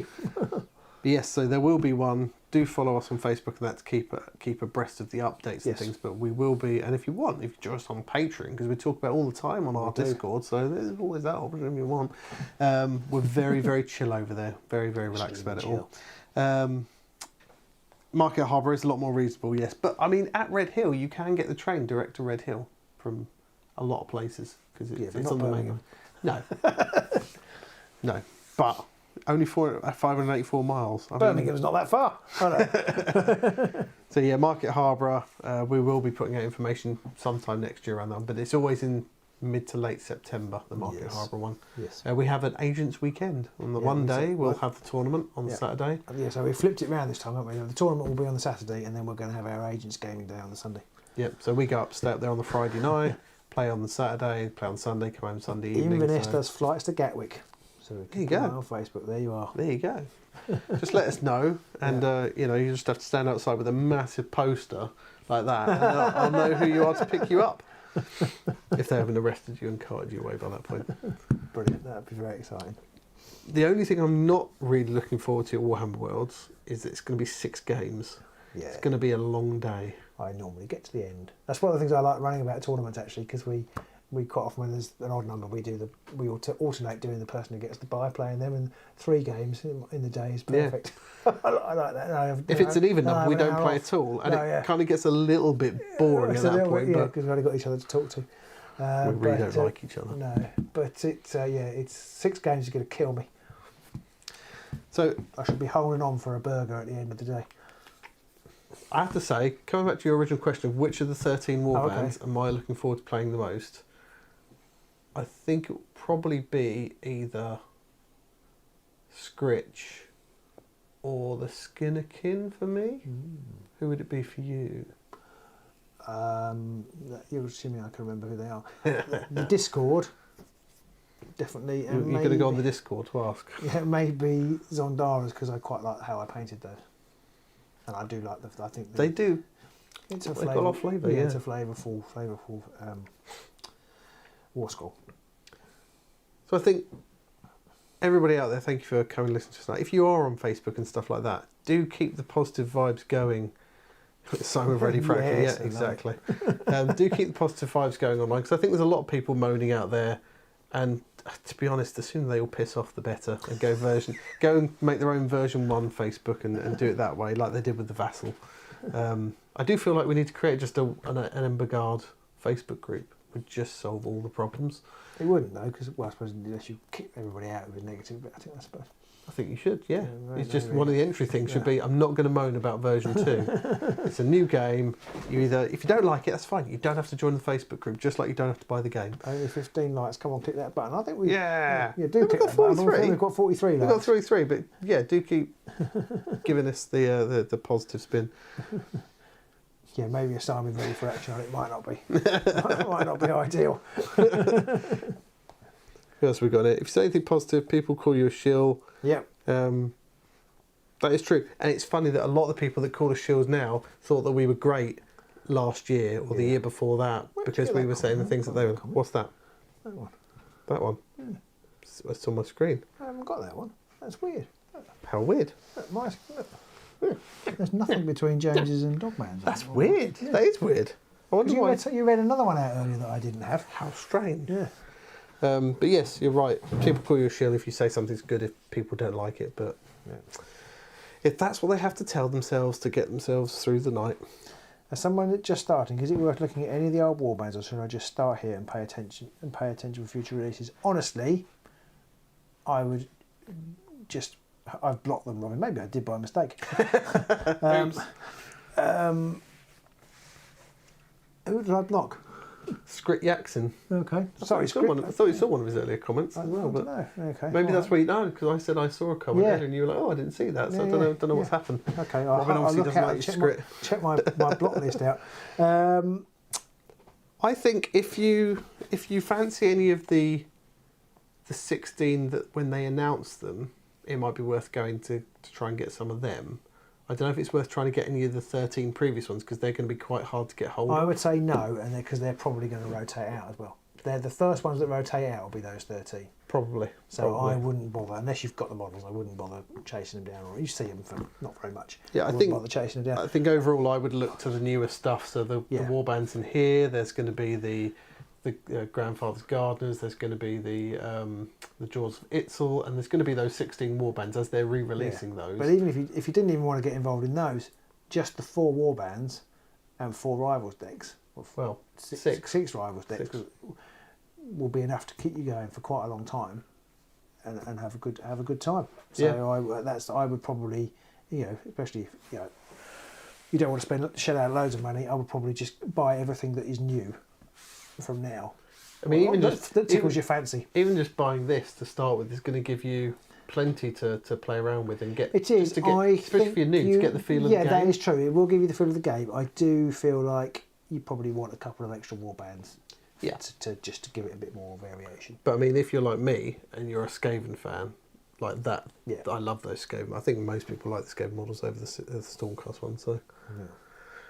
So I think we've kind of done things to death now. We are going to at some point hopefully do some review videos of the 16 when they finally arrive, and we can look at them and divulge them. So I just want to ask everybody else a question before we call it for the evening.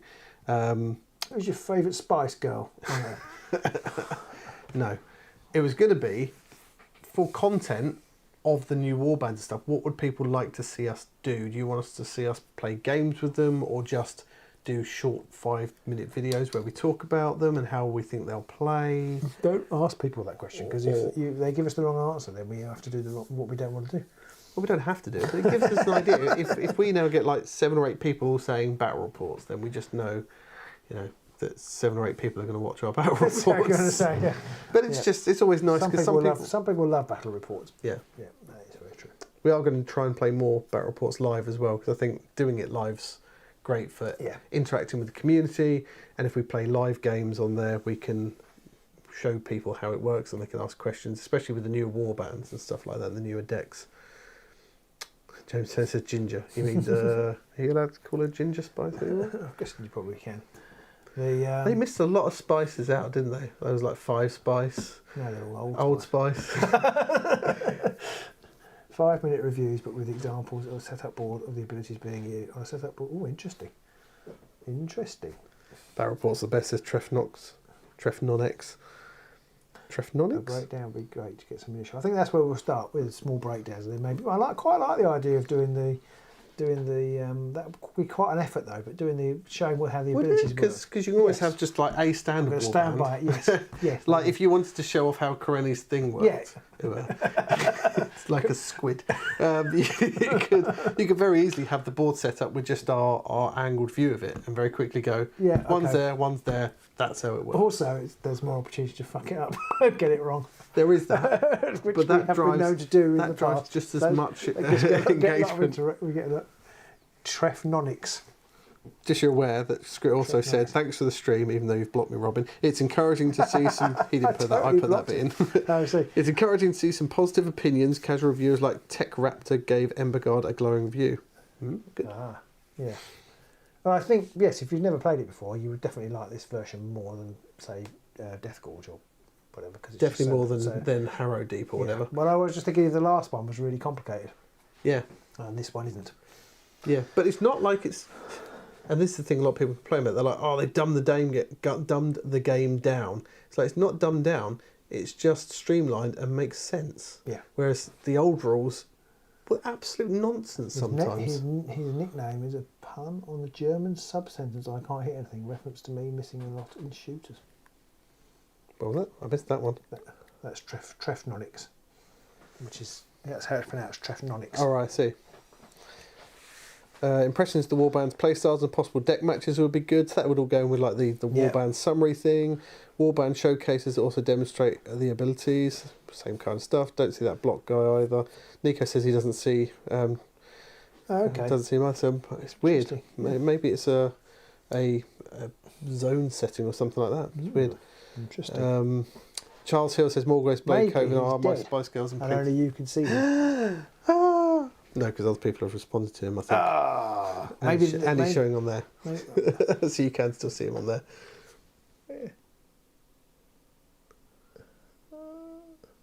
Wait, is he? Now I feel like I'm feeling like I've got. That is really weird. That's proper weird. Wait a minute. I can't see him on here anymore. No, there he is. There's a glitch James in the Matrix. Turner where he said ginger. There's a glitch. Yeah, it's not on here at all. Oh, that's weird. There's a glitch in the Matrix. I feel really bad that there might be people out there who are talking to us right now. Well, you're seeing them. Well, I'm seeing one of them, but we don't know if there's others. Yeah, so if you have been typing like really erudite, if you can hear us, conversation, we can't into see the you. text box, we've been ignoring you. It's because there's some sort of glitch in the Matrix. Dogman was definitely intimidated by the previous rules. Yes, so was I. Yeah, and we've been playing it for years, and I've said this before, but I've got people who've been into Games Workshop for decades, and they looked at Underworlds and just went, it doesn't make sense. No. What Warband's illegal? What can I buy? What do I use? None of it makes any sense, whereas now, much simpler. It all makes sense. So I think whenever new Warbands and decks come out, I think we're getting the feeling that we should be doing some summaries around those, so we'll definitely be concentrating on that one. How is teaching the new rules? It's pretty straightforward. Yeah, if you've played the old game, I think it's almost harder to teach someone who's played the old game. Yeah.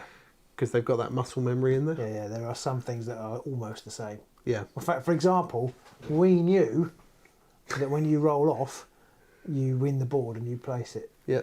We knew that, and yet when we played the first game, I can't remember which of us ran the roll off, but one of us picked who. I think I said, you can place the board. And that's not how it works. No, exactly. It's just completely, I think some of the things as well, you read, but you don't quite read, and you just sort of skim over and go, that works how it worked before. Yeah, and they don't. Yeah, and there is something else that I did that with. I can't remember what it was now. I think way back when we first got it as well, we were sort of sending each other messages and everything, going, I've just noticed this. And you're like, really? Raised fighters don't cost any bounty anymore. You're like, what? What's this nonsense? The split ball always looked interesting. I'm sad to see that go. It did always look interesting, yes. But I'm not sure it was. So you've got to change. You've got to change up here to show all messages or something somewhere. I don't know how to do that. Figure out why you can't see. You need to change the chat settings. Top chat. Live chat.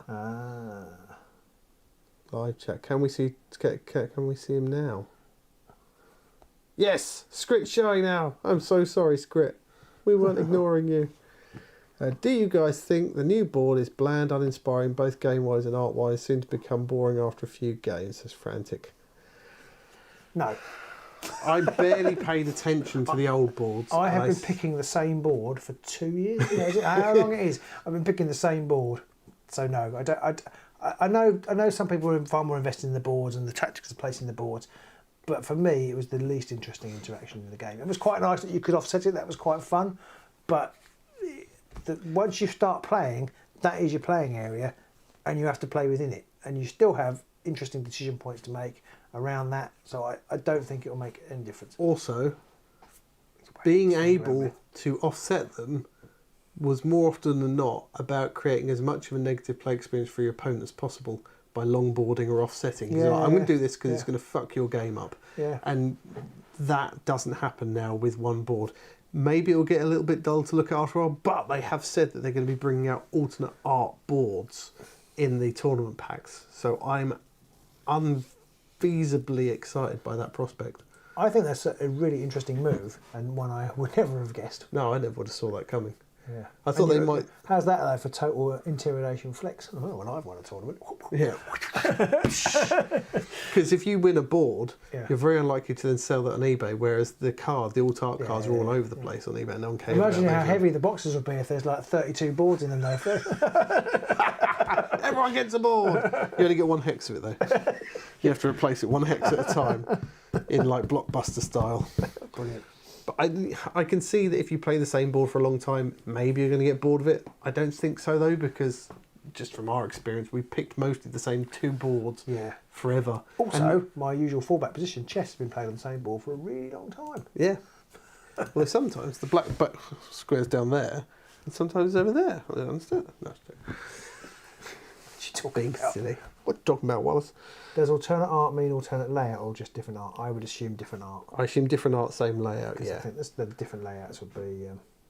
that would be a bit much to make only available for tournament goers. But having the same layout but with like a big warp stony kind of artwork all over it would be quite cool. Yeah. So I suspect it'll be the same layout. I'm 100% sure it will be. Because it will be a bit unfair. No, I don't think the layout will be different. I just think that the different artwork. Yeah, we're agreeing. We are agreeing. Yeah, we are agreeing. I'm just saying. I think it would be unfair if they did it. If you won a tournament, you've got a different board. Yeah, it would be because you might be like, oh, this board's really great for Gits. Now I can fuck everyone up. Yeah, and like and all the other Git players don't go to tournaments. Like, well, I can't play that. Yeah. Gaming Guardian says Saturday will be a good day for Underworlds fans. It will be. It will indeed. Really looking forward to seeing everybody photographs and everything when they've got their boxes, and then when they start to paint the models, then I should be able to say because they'll be better than mine. At the moment, mine are some of the best out there. And mine are at least in like the top 50. Yeah. They're going to rapidly drop very quickly. I think I'm just really looking forward to. I'm hoping a lot of people who aren't happy about it right now will get the new game and go, you know what, actually this is fine. Yeah. I'm actually okay with this. It works really well. And I'm sure there's still going to be some people who are going to moan about it because that's what some people like to do. And I just hope they go off to their private discussions and do it, and they just leave the forums alone because we don't care anymore.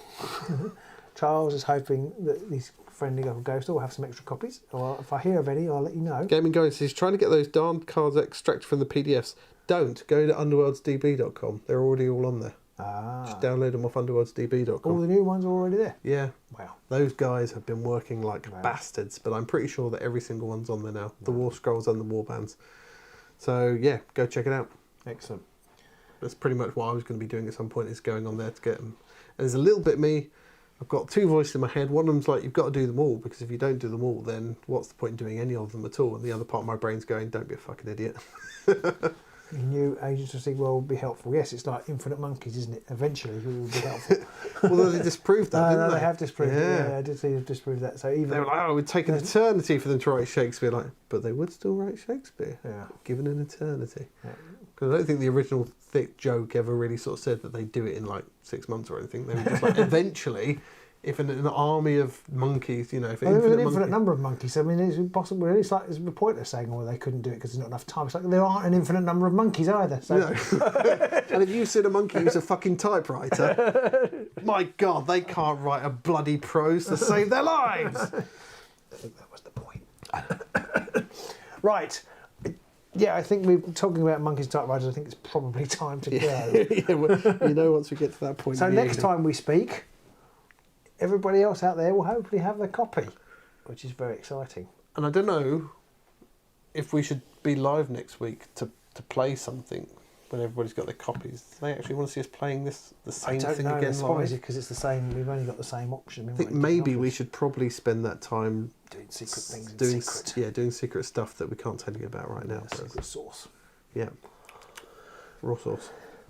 So do let us know in the comments if you've got this far in the video and you're watching it after the fact. Martin says yes. Yeah. I suppose we could play with, because I haven't really thought about it, we could play with the 13. We could play with the 13 actually, yeah. Maybe we'll do that next week. Maybe we'll stick playing the 16. We can't play the 16. No. We can. Yeah, we're not allowed because they're not out yet. Yeah, unless they announce them this weekend and we've released all our stuff, then we might, but we won't. So. And even if they announce it this weekend, it would only be for pre-order next week. No, because Saturday, isn't it? Yeah, so it'd be we'd know already because we'd have known back Sunday. Yeah, exactly. So, but we could play the 13. So maybe check us out on Facebook. Do follow us on Facebook, and maybe we'll try and put something up here and on there to say what do people want to see played next week on the agency. I want to try and get the 13 and the 16 to be like Underworlds phases. People you play one of the 13, are you? Yeah, people know what they mean. Normally I'm one of the 16. I normally prefer one of the 16 myself, but I figured I'd go with one of the 13. Exactly. Cheers for the stream. Good night. Yes, thanks everybody for watching. Yeah, I've really enjoyed it. It's been really good. Everyone's like, we're going now. Lots of lovely Could people. you lot shut up? How's the headsman? Blink twice if good. I don't think we've played them yet. I don't think I've looked at them yet. I haven't seen them yet. Sorry. We haven't seen them. No spoilers here, because we're too useless. Pretty much. Yeah. So thank you everybody for joining us this evening. It's always fantastic to see lots of people join and to see lots of positivity. And even for the people who weren't particularly positive about it, I think it's good to see that they have acknowledged that it's still good for the game. Yeah. And they'll get over it eventually. And I think that's what we want everyone to do, is to get over that initial knee-jerk Yeah, and I think it is a little bit easier for us to get over it, because if we don't, then our channel's crap. Yeah. So it's kind of like, well, even if we don't like it, we've got to get on with it. Yeah, but I think if we really genuinely didn't like the game, we'd just be like, well, 100%, I guess that's it for us. Yeah, so if they, I don't know what they could do to completely ruin it. But if they did say that would completely ruin it for us, yes, then we would stop, because we knew we almost did. We did. Well, just when we thought we thought we were out, they clawed us back in. Exactly. So yeah, we're in it for the at least short to medium term. I mean, it's looking rosy for all of next year at least. At least this edition. Yeah. However long that might be. Could 7 be years. 3 years. Could be next Tuesday. So hopefully we'll see you next Tuesday here in the studio playing live with a warband of your choosing. We'll put up some what are the words for it? I can't even think. Choices.